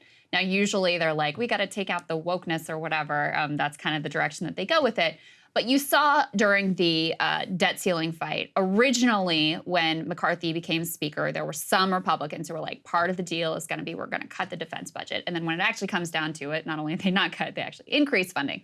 So what do you make of some of the new Republican rhetoric on this? I think you're someone who, to your credit, has worked with Republicans where you can, where there's good faith agreement. I think you've been very effective at that. So do you think that there are some partners on the Republican side to get serious about tracking the funding, auditing the Pentagon, and ultimately bringing down the numbers? I do. I think there are Republicans who are concerned of the last 20 years of endless wars and who think that that money would have been better spent on building our manufacturing base, our infrastructure, and our working class, and who are willing to take a look at the top line of the defense number and see if what could be cut and what are the overseas bases that aren't serving our purpose anymore, and investing that in our communities instead. Why are defense contractors fleecing the American public? Why are we offshoring some of these jobs? You can have that conversation with some of the Republicans, and my hope is over the next few years it shows up then in the committee votes. You know, it's interesting because the point you're making about manufacturing parts in the United States, obviously that was a huge part of the CHIPS Act, and as threats seem to be increasing towards Taiwan, a reason that that's such a top-level priority for the United States is because we weren't making chips here and because we won't have the ability to do that for a long time. So how large is the specter of China looming over your colleagues? And to what extent is it also just sort of a cope or an excuse to say, well, we can't cut the funding now. There's never a good time to cut Pentagon funding when it comes down to it. It seems like China is the reason right now. Well, look, China is a real threat in the Taiwan Straits. I mean, I'm not saying dismiss it, but what do we need to do? We need to provide Taiwan with some of the weapons to have deterrence. To do that, we don't have enough of a defense industrial base because those weapons are being sent to Ukraine. Yes. So fine, if there was a provision to increase the defense industrial base, I'd support it. Does that mean we need the next B-1 bomber when we already have the B-21 bomber? No. Does that mean we need more F-35s? No. Does it mean we may need more naval superiority, naval submarines? Yes. So let's have the full context. Now, here's why we don't have 100% production in the United States or even attempt to do that. Because the defense contractors say, oh, well, if we do it all in the United States, then the Europeans and others won't buy our weapons. I don't believe that. I believe that they're still going to buy the most innovative, the best military if we're making it here. And it's going, but these talking points, you get these talking points by defense contractors, and they defeat Donald Norcross in New Jersey, had an amendment, let's move to 100% production here, and they didn't pass the Senate. So these defense contractors have a huge sway on this politics. And I don't think the American people know exactly what's going on. I see it as a true failure of democracy because I think if you polled something like that, like our defense production should be made in America, that would be like 90%. Yeah. It would only be defense contractors, basically, that would say, no, we should keep it overseas. We like it the way it is. Congressman, I wanted to ask you about another issue that you've been vocal on, which is the restarting of student loan payments and also, the issue of student loan debt in general. We're expecting possibly today, probably today, this ruling from the Supreme Court on President Biden's executive order to cancel $10,000 in student debt. Could you just talk big picture about the issue of student debt, why this is something you have focused on, and what an impact it has on the U.S. economy? Well, I had to take out about $150,000 of student debt when I was finishing my education. And I've done well in life and have been fortunate, but there were times in my 20s where I had to be on a forbearance, where I couldn't make the monthly payment, and you just saw the debt keep piling up. And anyone who's had student debt knows that there's the debt you take, and then there's the amount you end up repaying with interest, and it's far more. This is crushing young people. They can't start families. They can't buy a house. They can't start a business. And no other country in the world makes you go into this kind of debt just to get an education, just to get, whether it's vocational education, whether it's community college, whether it's an advanced degree. And so, in my view, we have to have public college be free, but at the very least, we should be forgiving this debt for working class and middle class families. Here's the point. The president promised that, and people relied on that. He said, okay, $20,000 of your debt is going to be forgiven. Now, people said, okay, I'm going to plan for that. I'm going to rely on the president's commitment. We have to live up to that commitment. And so if this is struck down, at the very least, we need to pause any repayments until we make good on the debt. And we need to look at other authority that the president can use to forgive the debt. And I was just going to ask a follow-up on that last part of the question. How likely do you think it is that the Biden administration starts to explore some of these creative, maybe I would say legally creative solutions to forgiving student debt on an immediate basis where it's not so staggered and uncertain for so many people who have these loans out?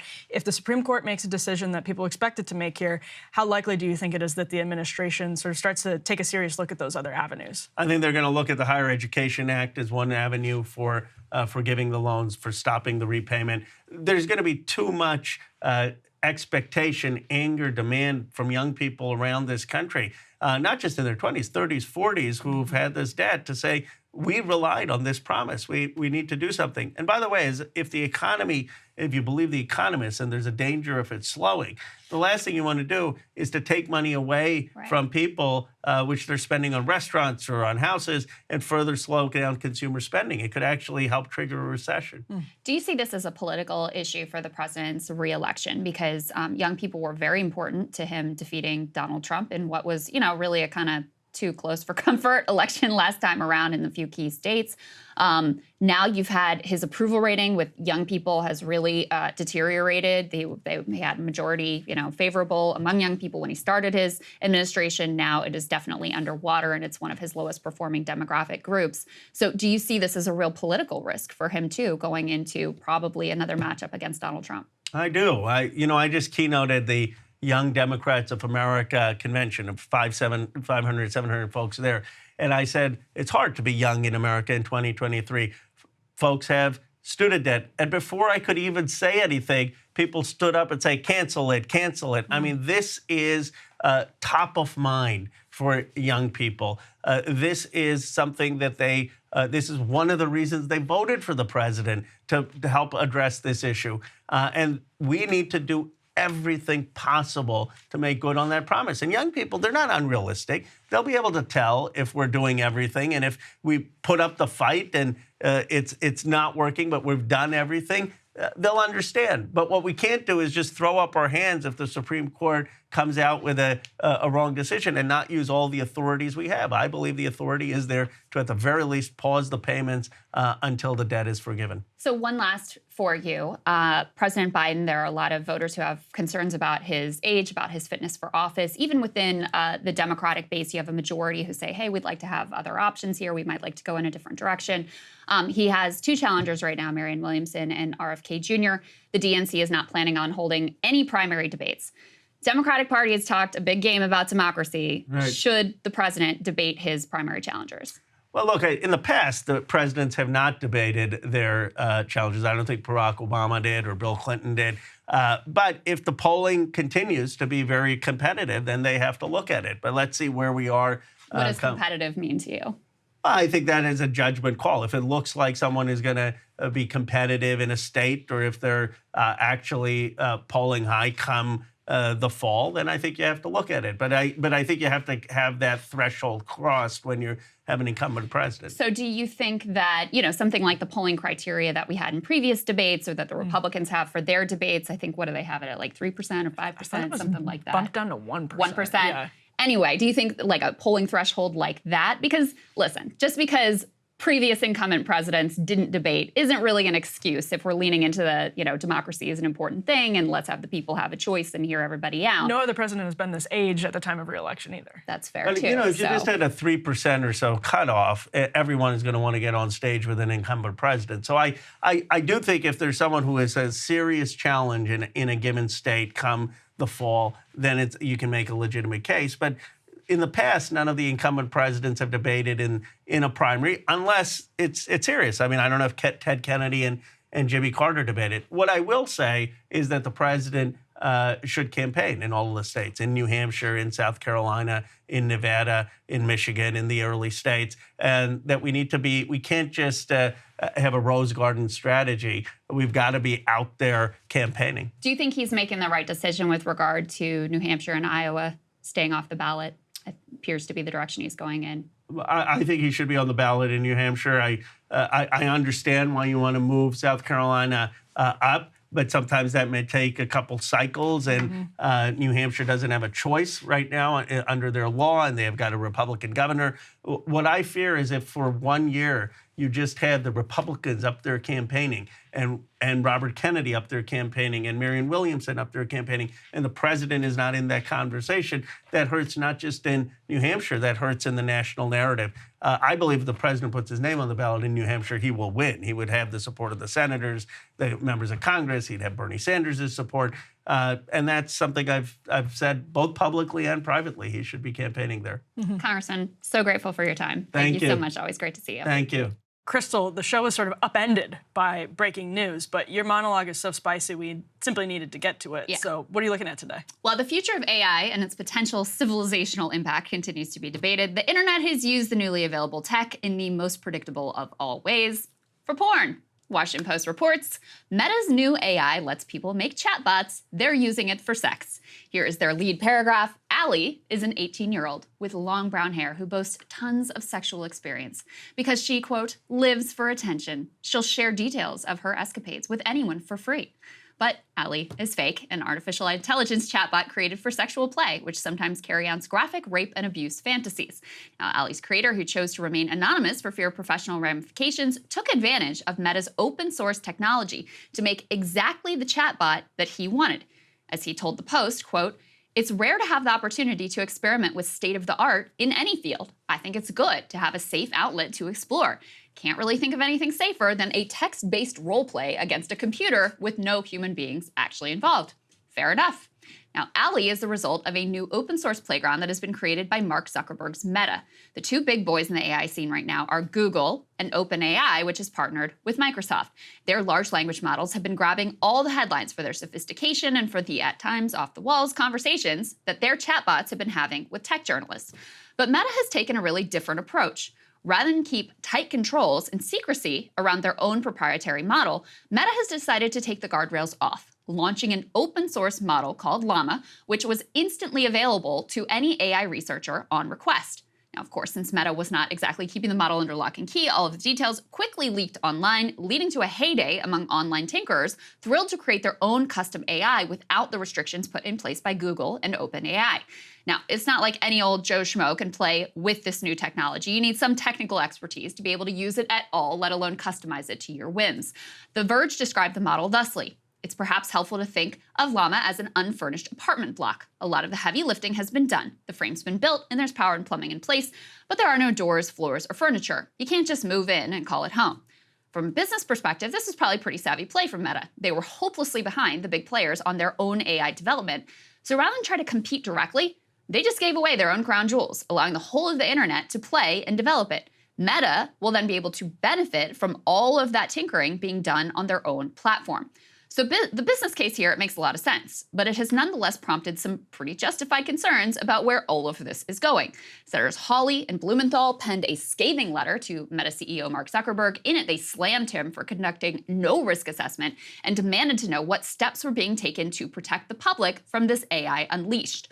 A leaked internal memo from Google showed that at least some of their employees see Meta's open source approach as an existential threat to Google's own AI business model.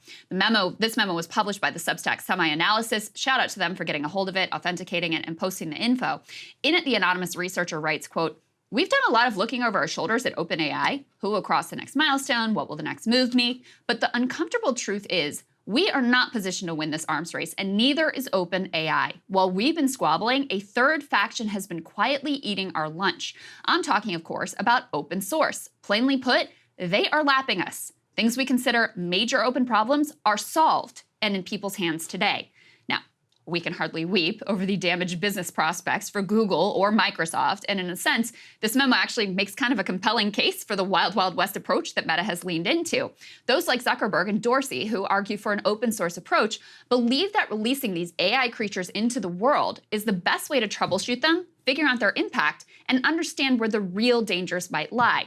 As Meta themselves argued in their press release announcing this tech release, restricted access has limited researchers' ability to understand how and why these large language models work, hindering progress on efforts to improve their robustness and mitigate known issues such as bias, toxicity, and the potential for generating misinformation.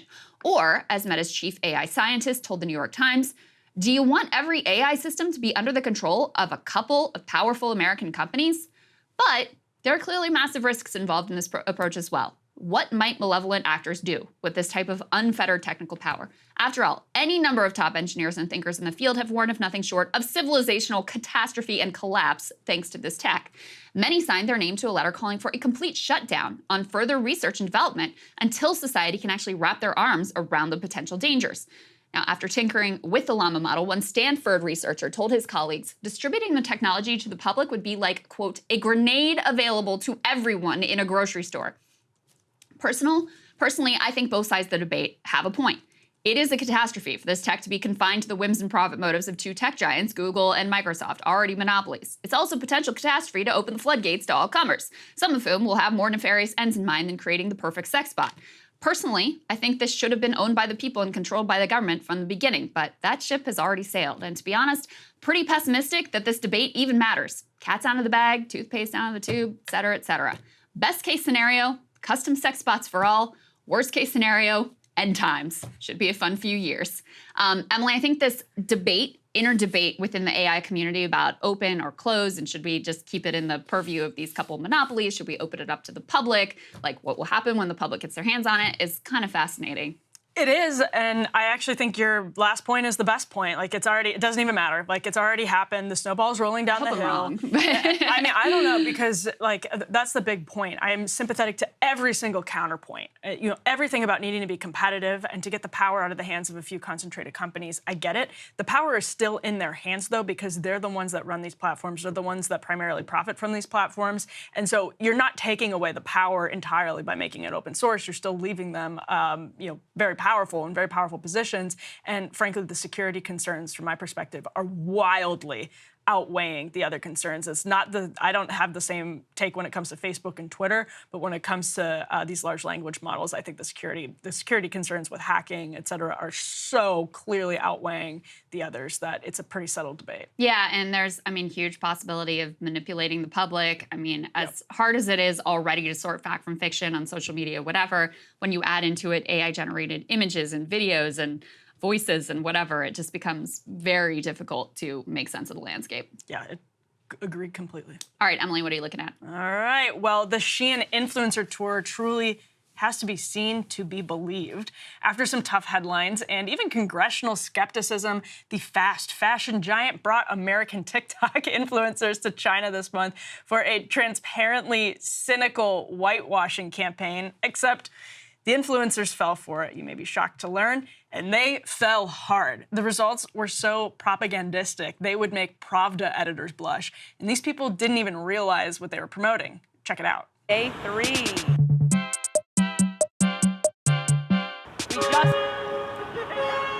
We just pulled up. My mouth, I'm still picking it up off the ground. It's so big. Today we are at the Shein warehouse where the products come directly from this facility to your home. The most fascinating thing is that I've seen the exact process of Shein clothing. I've seen how it's designed. I've seen how it's made.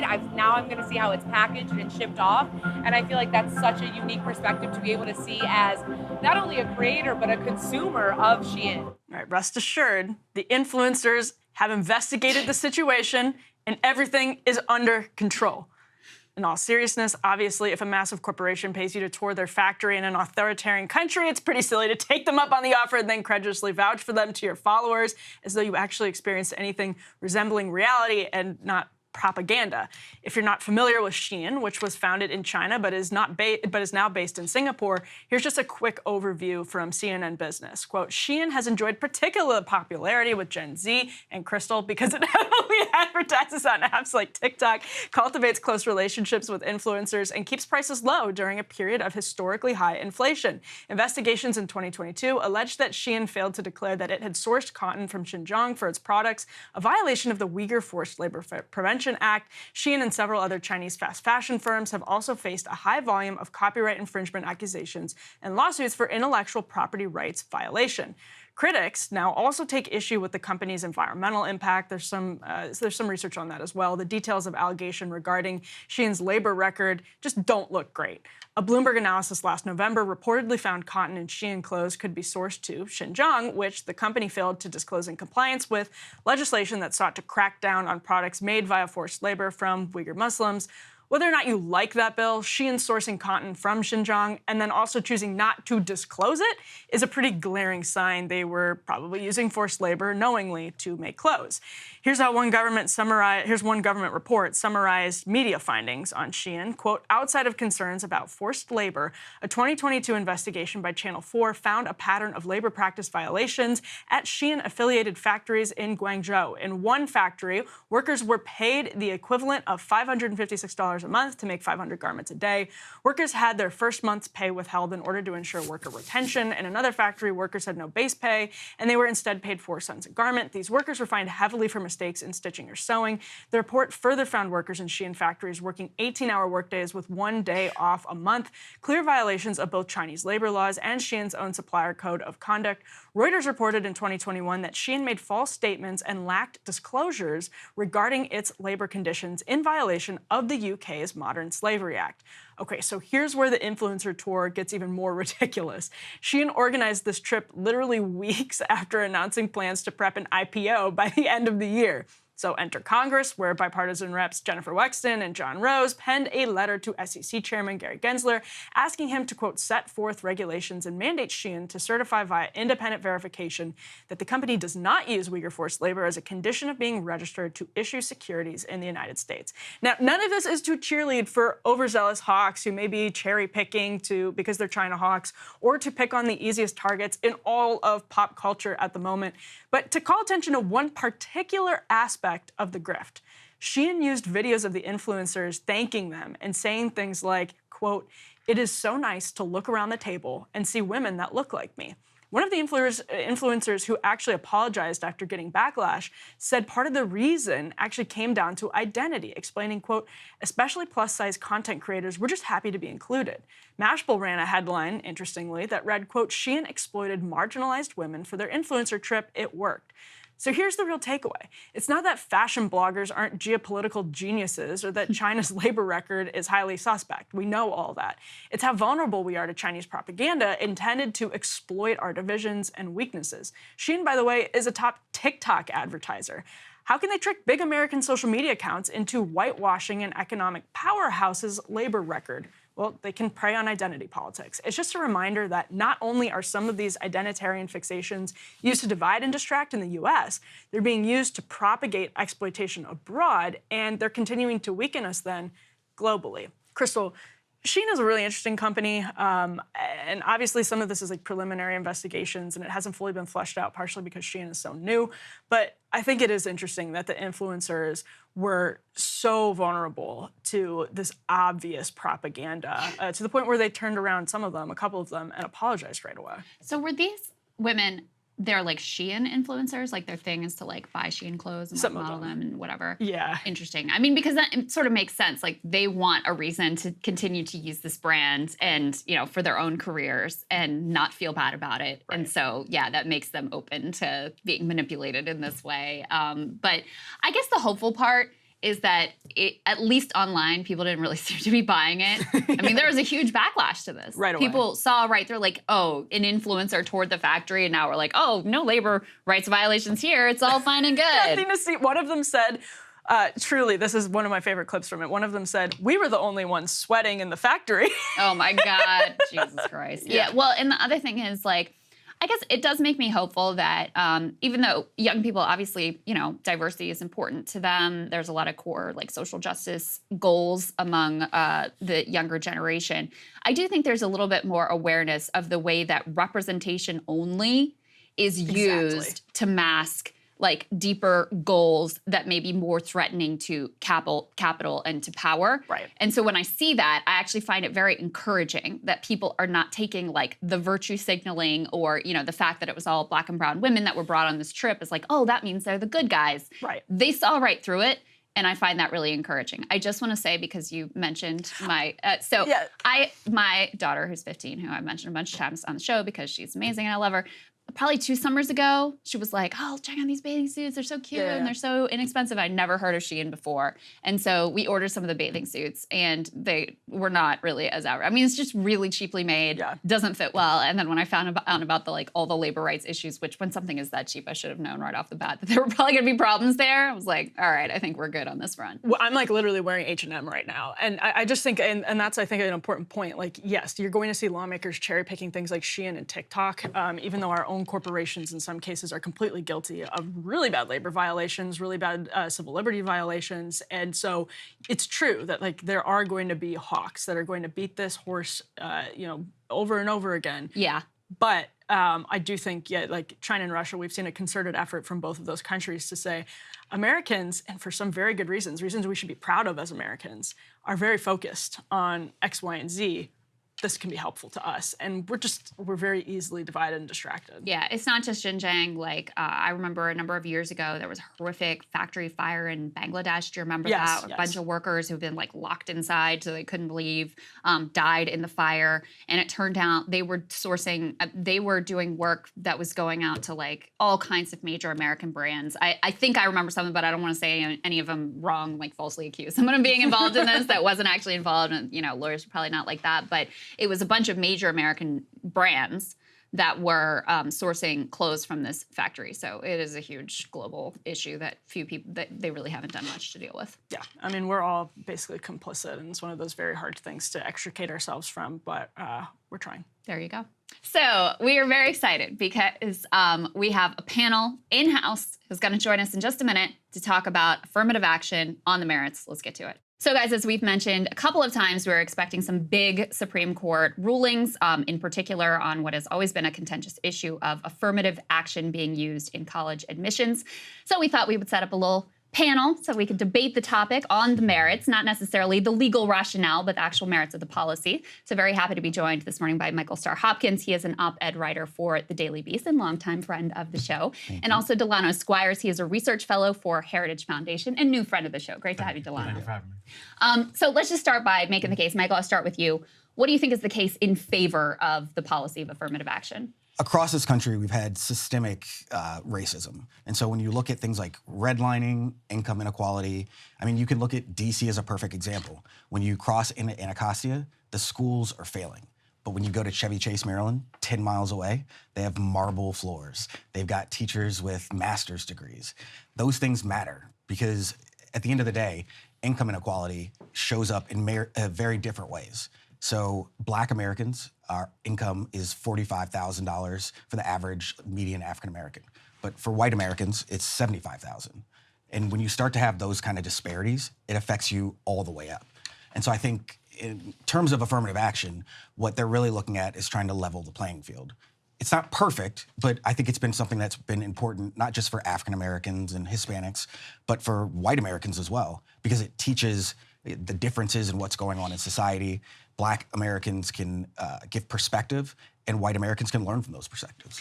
And we'll get to the polling on this in a little bit, but what we've actually seen, interestingly enough, Michael, you'll have a chance to respond to this, Delano, is that in terms of leveling the playing field, this has changed the levels of the playing field, particularly for Asian Americans. So white Americans, one demographic I think that has probably been hurt in some cases, but very obviously, especially when you're looking at the Ivies or California public schools, Asian Americans have really been feeling the brunt of this as it's an effort to sort of level the playing field. How much do you think that sort of conspicuously over the last couple of decades in particular has exhibited or made the case that I'm sure you've probably been on board with for a while against affirmative action? So my views on affirmative action have sort of morphed over time. Fluctuated. I think part of it is, one, I'm big on defining terms. And I think a lot of people confuse affirmative action with racial preferences, with diversity sort of writ large. I understand, Michael's point, but the honest, if we're being honest about it, Harvard, the black students that are going to Harvard are not coming from east of the river in Anacostia, generally speaking, or West Baltimore or East Flatbush, Brooklyn. We're not talking about the lowest income students. It's typically, middle class, black students who are, going to Ivy Leagues and other selective universities. And to your point, I do think because of the complexity of race and its evolving nature over decades, what ends up happening is that Asian students feel like they are paying for what the society says white people did to black people some number of years ago. And I think ultimately you can't have equality in any sense when you are subjecting different people to different standards of assessment based on skin color, ethnicity, or any other immutable characteristic. And that's what's actually happening at Harvard. So a few data points. Harvard has, the applicants ranked in deciles. So, first to 10th being the highest, number one being the lowest. A black student in the 4th decile has a higher chance of being admitted into Harvard than an Asian student in the 10th decile. Now, mind you, if you're in the 4th decile at Harvard, you're not some schlub. You'd probably be in the 8th decile at the University of Massachusetts. But that student is being given an artificial bump over a student who has a more competitive academic background because of this notion that this is going to, I guess, redress some of the issues that have gone on with race in our country's past. And I don't think that's sustainable.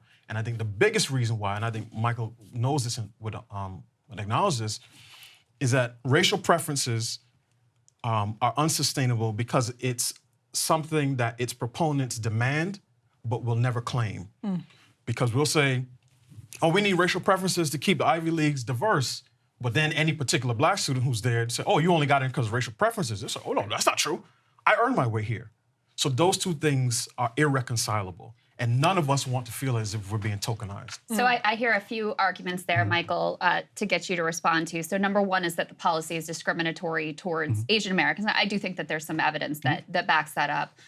Number two is that, okay, if your goal is to uplift poor black folks, this policy really benefits more middle class to upper middle class black folks. And number three, that if you are a black American, this is something that Justice Thomas, for example, has spoken to. If you are a black American who is who is perceived as having benefited from affirmative action, then you're always going to be sort of taken down a notch, that you're always going to be viewed as lesser than because you are even perceived to have benefited from this policy. Let me address the lesser than. Affirmative action isn't gonna cure that. Whether you're at Harvard or elsewhere, there's insidious bias in this country, and I think affirmative action is never gonna redress that.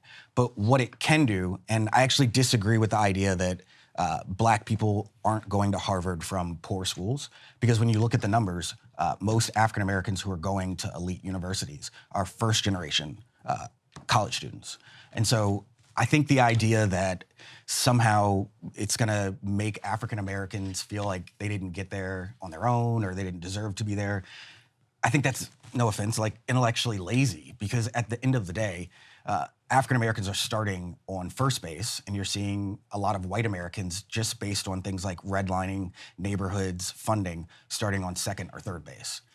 And then what about the point on Asian Americans? Because to me, that's been one of the more compelling points, is that this is the group that has really, quote unquote, suffered from affirmative action. You see, in systems that do have affirmative action, the percentage of Asian Americans has been diminished. You've seen efforts even at elite high schools here in Northern Virginia to try to deal with the fact that they feel like, oh my God, we got too many Asian students. Yeah. We've seen some horrific things that, are just, in my opinion, overtly racist, where they'll take an Asian candidate who has really high grades, really high SAT scores, but they'll mark them down on these really squishy sort of racial tropes of personality to try to make the school a little bit less Asian. So what do you think of that critique of the policy? Well, I'd say Bakke, the case from, I think, 30, 40 years ago, made it illegal to have race be the deciding factor, or the deciding decision. It's a factor, but it's not the deciding reason that someone's accepted. Right. They still have to be qualified. They still have to be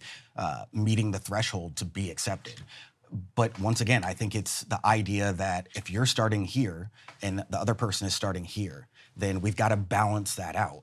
And so Asian Americans aren't underrepresented at universities. When you actually look at the numbers, they're represented equal to population. But when you look at the numbers for African Americans, it's overwhelmingly underrepresented. And in states that have gotten rid of affirmative action, it's almost 20% drops in diversity. And so, whether it's in schools or the workplace, Gap had the issue where they had the monkey shirt. If they had had black people in senior positions, things like that wouldn't happen. I had roommates in college who had never been around African Americans. And so they had certain beliefs just based on things they had seen on TV and culture. And so having the opportunity to be able to give them that experience made them better. Delano, let me push you a little bit. First of all, do you think that diversity is like a goal that we should even be, that you think is valuable, that's important for society? This is a goal that you generally support? Yeah, I think diversity is a good thing, generally speaking, right? But I like ideological diversity, I like ethnic diversity, I like regional diversity. Class diversity. Class diversity. But that's typically not what you get on a lot of college campuses. You have people who think the same but look different. And to me, that's not particularly diverse. So you had Michael acknowledge, like, listen, the policy is not perfect. Almost no policy is exactly perfect. But it has increased. And you can see this in California, where they rolled back affirmative action in the UC system, back in the 90s, I think. You have seen the percentage of African Americans decline. You have seen a decrease in diversity, even though they're trying to sort of work around the fact that they can't overtly do affirmative action anymore. You've seen a decline in diversity. So what do you say to the case that, listen, you might say the policy is not perfect, but at least it's something. At least it is allowing more black folks to ascend, to achieve that middle class dream, upper middle class dream, and make it into elite society in America? So I think a couple of things. One, I think what you've seen in California is that there may be a decrease in number of students, let's say, going to Berkeley, but some of the students who may have been getting an artificial bump to go into Berkeley may be at UC Davis, right? So it's not that fewer students are going. I think it's just a better match between academic profile and institution. But how better? I just saw some research, though, that did show that, because I've heard this argument before, too, that it's actually better for them that they're not ending up at Berkeley because they're going to be better able to handle the workload at UC Davis, et cetera. Right. There is research, though, that shows that that's not really accurate, that they will still suffer, an income drop from not being in Berkeley and being in UC Davis or one of the other, Fresno or whatever the other state schools are. So there is backing to the idea that, it is not actually beneficial for them to be in a lower college system, that they would have been better off if they were at Berkeley. So a couple of things. One, I'm not a subscriber to the sort of Ivy League or bust mentality, right? The other thing is, it's better to actually get a degree than to start at a more prestigious school and not finish. And I think it's interesting that so many of the universities point to the diversity of the freshman class. They rarely say, this is the diversity of the graduating class. And I can tell you exactly how it's better. If the average Harvard student comes in with a 1450 SAT, and I have a 1360 SAT, which is still above the national average. It's a very good SAT score, and higher than what I actually scored, by the way. And I'm in computational physics, and that's being taught at a 1440 speed. I'm at a 1360 speed. I'm going to be behind my classmates. And what some of the research has shown, particularly at, I want to say this is Duke, black students are more likely to come in majoring in STEM fields, but also more likely to switch out to liberal arts and sociology and other fields. And part of that, I do think, is because of the mismatch. So it's not just, let's just get everybody in. It's how are the students faring while they're there? And I will say this, and Justice Thomas said this in the Grutter case, and he actually is my favorite justice. You lose me when you quote Thomas. We're going to agree to distree on that one. We're on the Clarence Thomas team, and you guys are on the bad team. But one of the things that the Harvard grad. One of the things that he noted is that these policies benefit the universities most because they get to say, we're maintaining our elite, selective status, and look how diverse we are. But again, they're concerned about the freshman class and what these universities do, because I do think it attaches a stigma, because no one wants to be referred to as a diversity hire or an affirmative action candidate. And that's why I said it's a benefit people want, but they won't claim. If Michael served in the military and he went to Harvard on the GI Bill, he said, yeah, I got the GI. If I had a disability and I said, yes, I'm benefiting from, a disability program, sure, no problem. But the minute you suggest a student at a selected university, a black student, is there because of affirmative action, people bristle. So I think we need to be honest intellectually about the effects that this policy has had. And last thing I'll say is this: it's interesting to me that when the left wants to criticize Justice Thomas, one of the first things that they do is say he's an affirmative action candidate.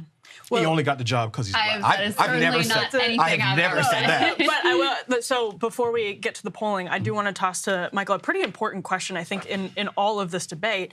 Sandra Day O'Connor, I think, came around in her decision basically saying that it's a temporary measure and a stopgap measure. And I think it's predicated on that idea that it's trying to solve a problem. Like affirmative action wants to put itself out of business and eventually, to your point, level the playing field. So at what threshold? And if there is a threshold, why are we not there yet? And that's hypothetical, or not hypothetical, but that's not a rhetorical question. That's actually sincere. What is the threshold at which affirmative action would no longer be necessary? When schools in Anacostia are as good as schools in Chevy Chase or in Northern Virginia, that I think is a threshold. When earning opportunities are the same, whether black or white, I think that's a threshold. But right now, your zip code determines your future. Where you grow up determines how much money you're gonna make, what your lifestyle is gonna be like, and I think that in and of itself is the problem. So when you talk about basically throwing the baby out with the bathwater, it's problematic. Like, we're gonna be called affirmative action hires, affirmative action,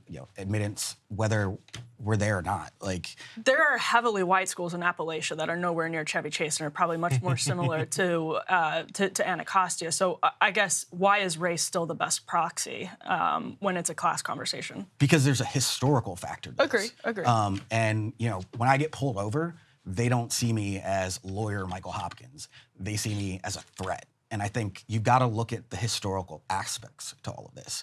Michael, let me ask you, this is kind of a critique from the left, which is, the policies that throughout American history have been most effective at actually reducing the racial wealth gap and reducing the racial wage gap have been universal policies. They've been lifting the minimum wage and making it apply to everyone, not having these carve-outs for professions that are historically disproportionately African American. Things like the child tax credit. Absolutely. That programs that are universal are, number one, more politically popular than affirmative action, which I think we could all agree. We can go ahead and throw the polling up on the screen, which just depends on how you ask the words, the language, or whatever. But it is a divisive issue. I think everybody can acknowledge that.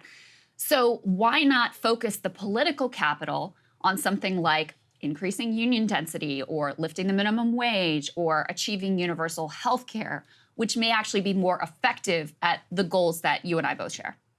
Honestly, because Republicans won't agree to it. Like, we live in a democracy. But Republicans aren't agreeing to this either.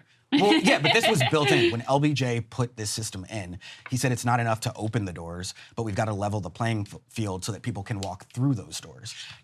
I would wonder, do you have a problem with legacy admission? Because that's affirmative action for white people. Like, not necessarily. It's not. How it's not explicitly. George W. Bush would not have gotten in Yale, but for the fact that his father was Herbert Walker Bush and his grandfather was Prescott Bush. So do we really think he earned the standard from Malia Obama?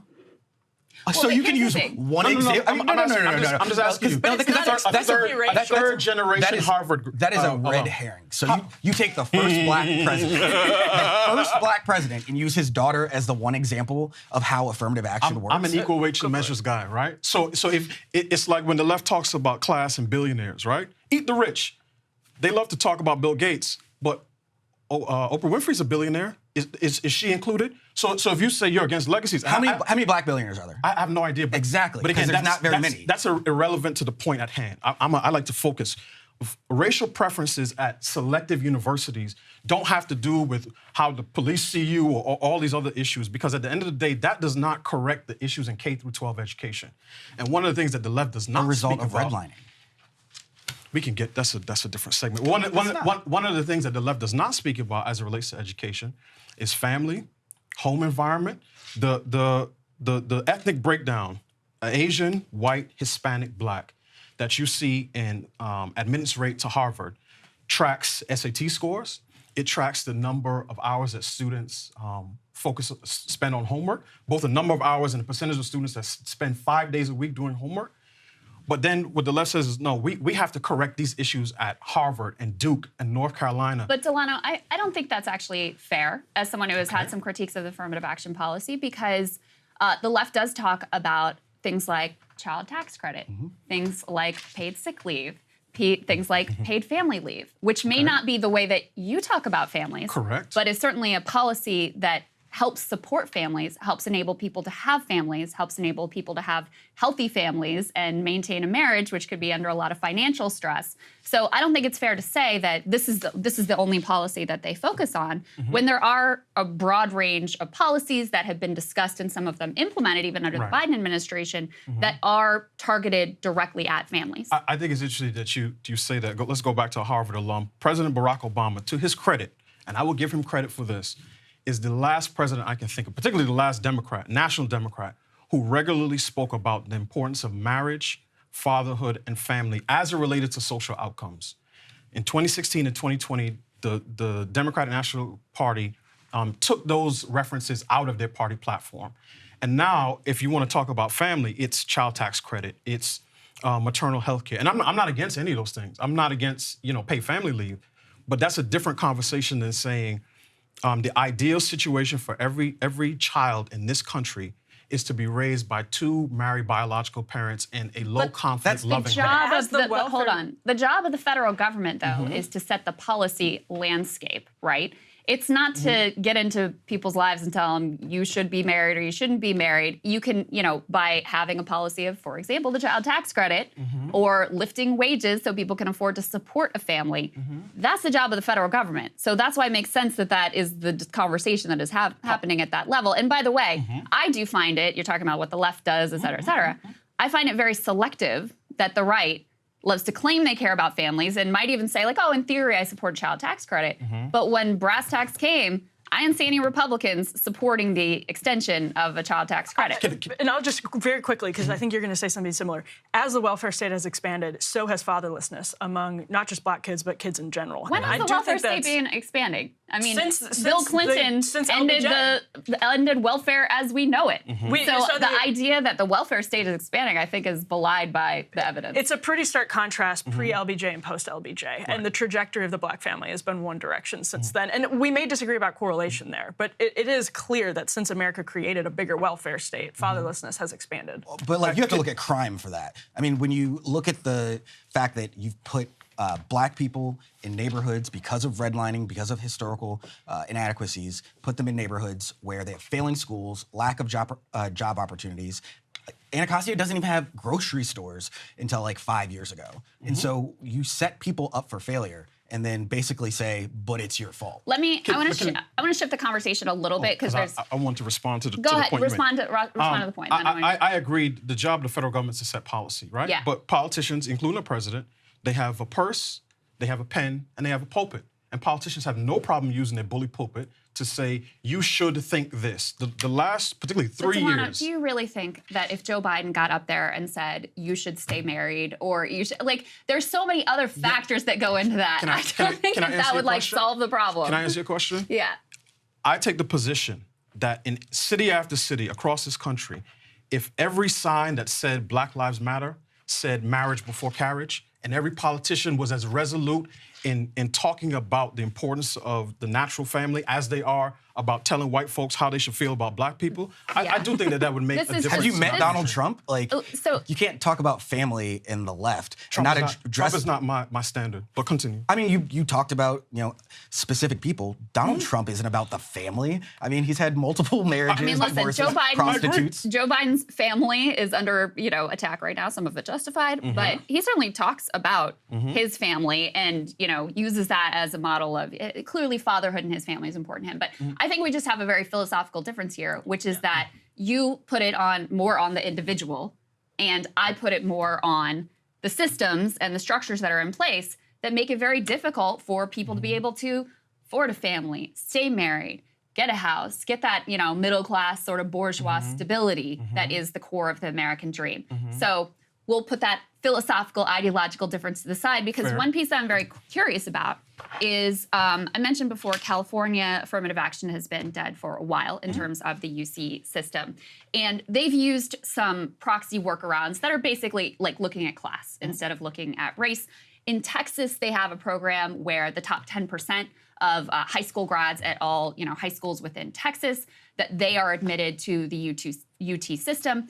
And that has also had an impact of, it's basically a workaround, because You have, schools that are really disparate and unequal, as I think Michael is aptly pointing out here. And so that also allows a disproportionate number, I shouldn't say disproportionate, but more equivalent number of Black and brown students to end up in the college system. So do you support those sorts of workarounds that are basically trying to achieve the same result, but not allowed to go at it quite so directly? And also, we should just say, did this just come down? It actually we just actually breaking just got the as ruling. we're talking. Wow. The Supreme Court ruled the Harvard and UNC race-based, I'm reading from a tweet here, the affirmative action on a race basis, unconstitutional, 6-3. John Roberts has wrote the majority opinion. So probably a partisan down the line decision there, which is Yeah. what was expected. But so then this is actually appropriate because the next fight will be, are those workarounds that are trying to get at the same result, but using proxies like class or geography or whatever, are those acceptable to you, or do you think that those need to be got rid of as well? Texas's, top 10%. Top 10%? Because again, the issue to me is not diversity as a concept. It's the use of race to impose a higher standard on some groups of people and to judge other groups of people by a lower standard. And all of us know, if we were talking about this in 2043, and Black and Hispanic students were the ones who were knocking it out of the park, who had the highest SAT scores in the country, who spent the most amount of time doing homework and all those other things, and their numbers were basically capped at selective universities, we would have a problem with it. Yeah, because quotas are illegal. But it's not just a quota, because the Asian students will say, look, we've been at 23% admittance to Harvard for the last however many years, even though we constitute by far the largest number of students with the top sort of academic dossiers that apply to the school. So my point is, if we were talking about the same thing with Black students, where if you look at those top 2 deciles, you're talking about a significantly larger percentage of students in those deciles than students from other groups, we would have a problem with it. And I can see Ben Crump right in the tweet right now, right? You don't mind when we dribble a ball and dance for you, but when it comes to breaking into elite universities, now you want to cap our numbers. So I'm just holding to the same principle. If we ever get to the day where that happens, then yeah, let's redress this.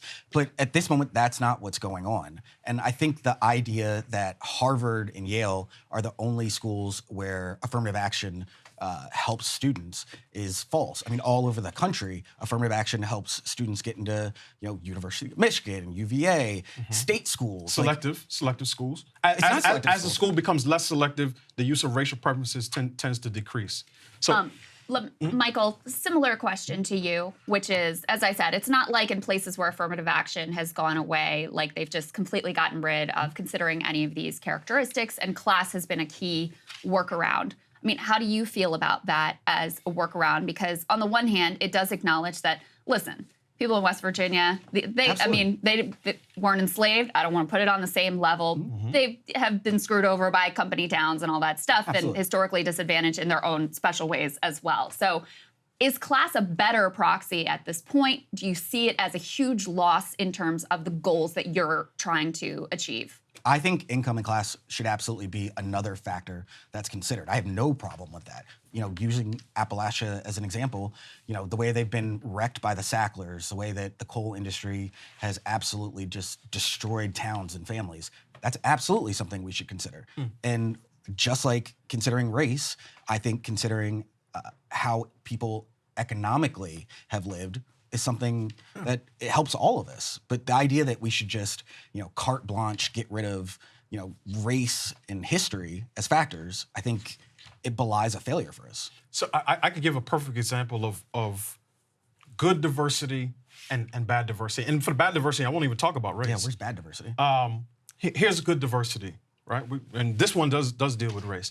I think of the Tuskegee Airmen, right, who were barred from being combat pilots for a period of time until Congress said we want to make this available to every, to African Americans, so on and so forth. Those men went through the same, if not higher standards than their white counterparts. So when you say, well, if you're Black, you're going to be looked on as less than, I actually think that's not the case. Because no one puts an asterisk next to anything that the Tuskegee Airmen did. And actually, when the Air Force did their first Top Gun competition, it was a Tuskegee Airman who won the first one.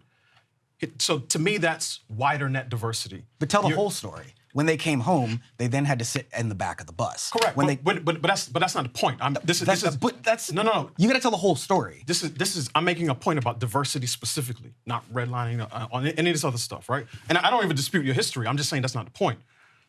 Here's bad diversity, because we all know this doesn't just stop at race. It's all different types of characteristics. When the Biden administration celebrates the appointment of Sam Brinton, right? They said it's not just, oh, he deals with nuclear rods and all this other stuff. It's, oh, we're so happy he is a non-binary, so on individual. Okay, what does that have to do with his qualifications? Representation matters. Right? And it does. I'm not saying representation does not matter. I'm just saying skill and merit matter more. So I prefer the type of diversity, right, that finds people who fly planes, not the type of diversity that gets people who steal from the airport, right? And that's why he's no longer in the administration, because they were looking for the wrong thing. They put their emphasis on the wrong syllable. It wasn't about Sam Brinton's qualifications. It was about his identity. And to me, that is the lower bar type of diversity. And I'm for wider net, not lower bar. Well, history was made while we were talking to you guys and while we were actually having this debate. And so I will read a pretty big quote here from Chief Justice John Roberts in his conclusion in the decision. He says, a benefit to a student who overcame racial discrimination, for example, must be tied to that student's courage and determination, or a benefit to a student whose heritage or culture motivated him or her to assume a leadership role or attain a particular goal must be tied to that student's unique ability to contribute to the university. In other words, the student must be treated based on his or her experiences as an individual, not on the basis of race. Many universities have for too long done just the opposite, and in doing so, they have concluded wrongly that the touchstone of an individual's identity is not challenges bested, skills built, or lessons learned, but the color of their skin. Our constitutional history does not tolerate that choice. So that's where Chief Justice John Roberts came down. Yeah, Michael, I'll give you the last word, since we'll let you respond to Chief Justice John Roberts here. And then super grateful, though, for this debate from both of you and the contributions that you both made. Thank you. Go ahead, respond to I would just say John Roberts there. is the same person who said that since we had a black president, that race should no longer be considered in terms of like voting protections and things like that when he stripped away the voting rights. We obviously know that's not true because we've watched Republicans attack the right to vote for African Americans all over the country. We have a history. I think we've got to tell the whole story about that history and not just try to cherry pick things. And when you do the holistic approach, I think that's when you actually achieve the goals that we want. This is one of the best debates that I can remember. Really enjoyed hearing both of your perspectives. Thank you, gentlemen. Thank you. Thanks for taking the time. So that's the show for today. It got a little bit mixed up because we had huge historic breaking news with the Supreme Court literally while we're recording the panel. Yeah. That ruling coming down. So wanted to make sure that we sort of let that all air out. Super excited to have Congressman Khanna in studio with us as well. And I think breaking some news there on a number of fronts. So thank you guys for watching. Thank you, Emily, for sitting in for Sagar. We are actually going to be off a couple days early in the week. Next week, celebrating the 4th of July holiday. I hope you guys all enjoy your 4th of July holiday as well. And we will be back here a week from today on Thursday, and it will once again, let's do it again, Emily. Why not? I'm so sorry to break it to everyone, but I will be back for Sagar because he's off getting married. Yes, indeed. So we want him to enjoy that, and many congratulations to him, and we'll see you guys soon.